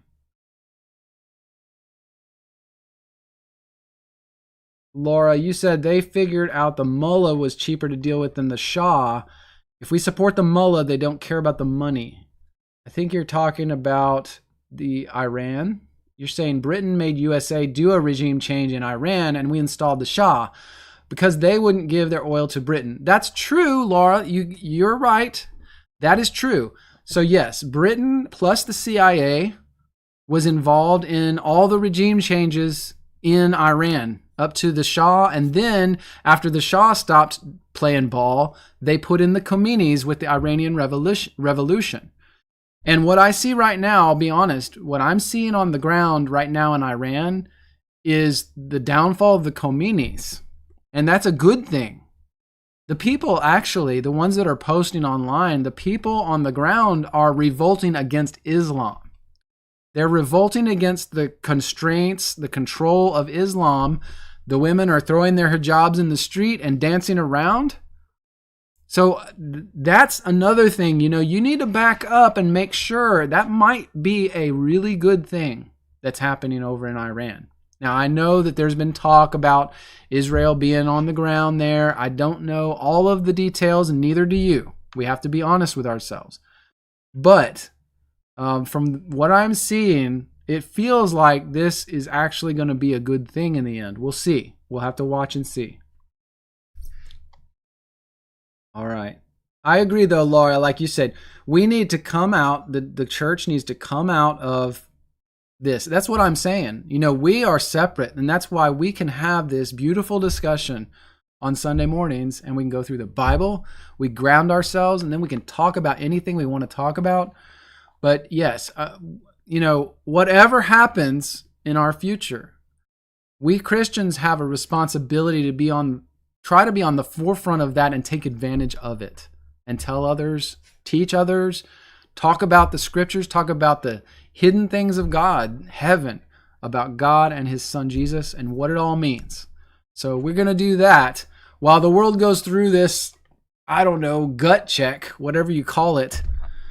And hopefully we come out on the other side all the better. But if we are persecuted in the end, I think we should look at it as the apostles looked at it. We count it all blessing. We count it all glory for the kingdom of God. We count it an opportunity to give back to Christ what he's given us if we are persecuted. So I think we'll end it there. So we should just all think that way. Like we should, as Christians, that's the way we should be thinking, All right. Well, thank you guys. I'm going to end it there today. It's been a blessing this morning. You guys are a pleasure to be with. Thank you so much. For my new moderators, Christina and Flat Bob, I appreciate you stepping up with that offer. And I hope that you guys, God bless you in offering to do that. It's a real help for me to not have to think about it. Okay? Appreciate it. All right. Well, guys, thank you again. And y'all take care. Have a great Sunday. And we will be back next Sunday as far as I know. And I'm trying to think. I'm not sure if I'll get to any videos specifically this week. I don't know if I will get one out this week. I think my next one may be the Simon Magus doctrine video. And then I will do the final life of Simon in Rome. I'll do afterwards. So that may be a while. But just know that I did record that whole thing. So I have to edit that down, but the editing took a long time. The way I did the pictures of the characters involved in the story, that it takes a long time, but I think it's valuable. It helps you kind of visualize what's going on. But that's what I'll be focusing on. Happy New Year, guys, and thank you for joining this morning. God bless.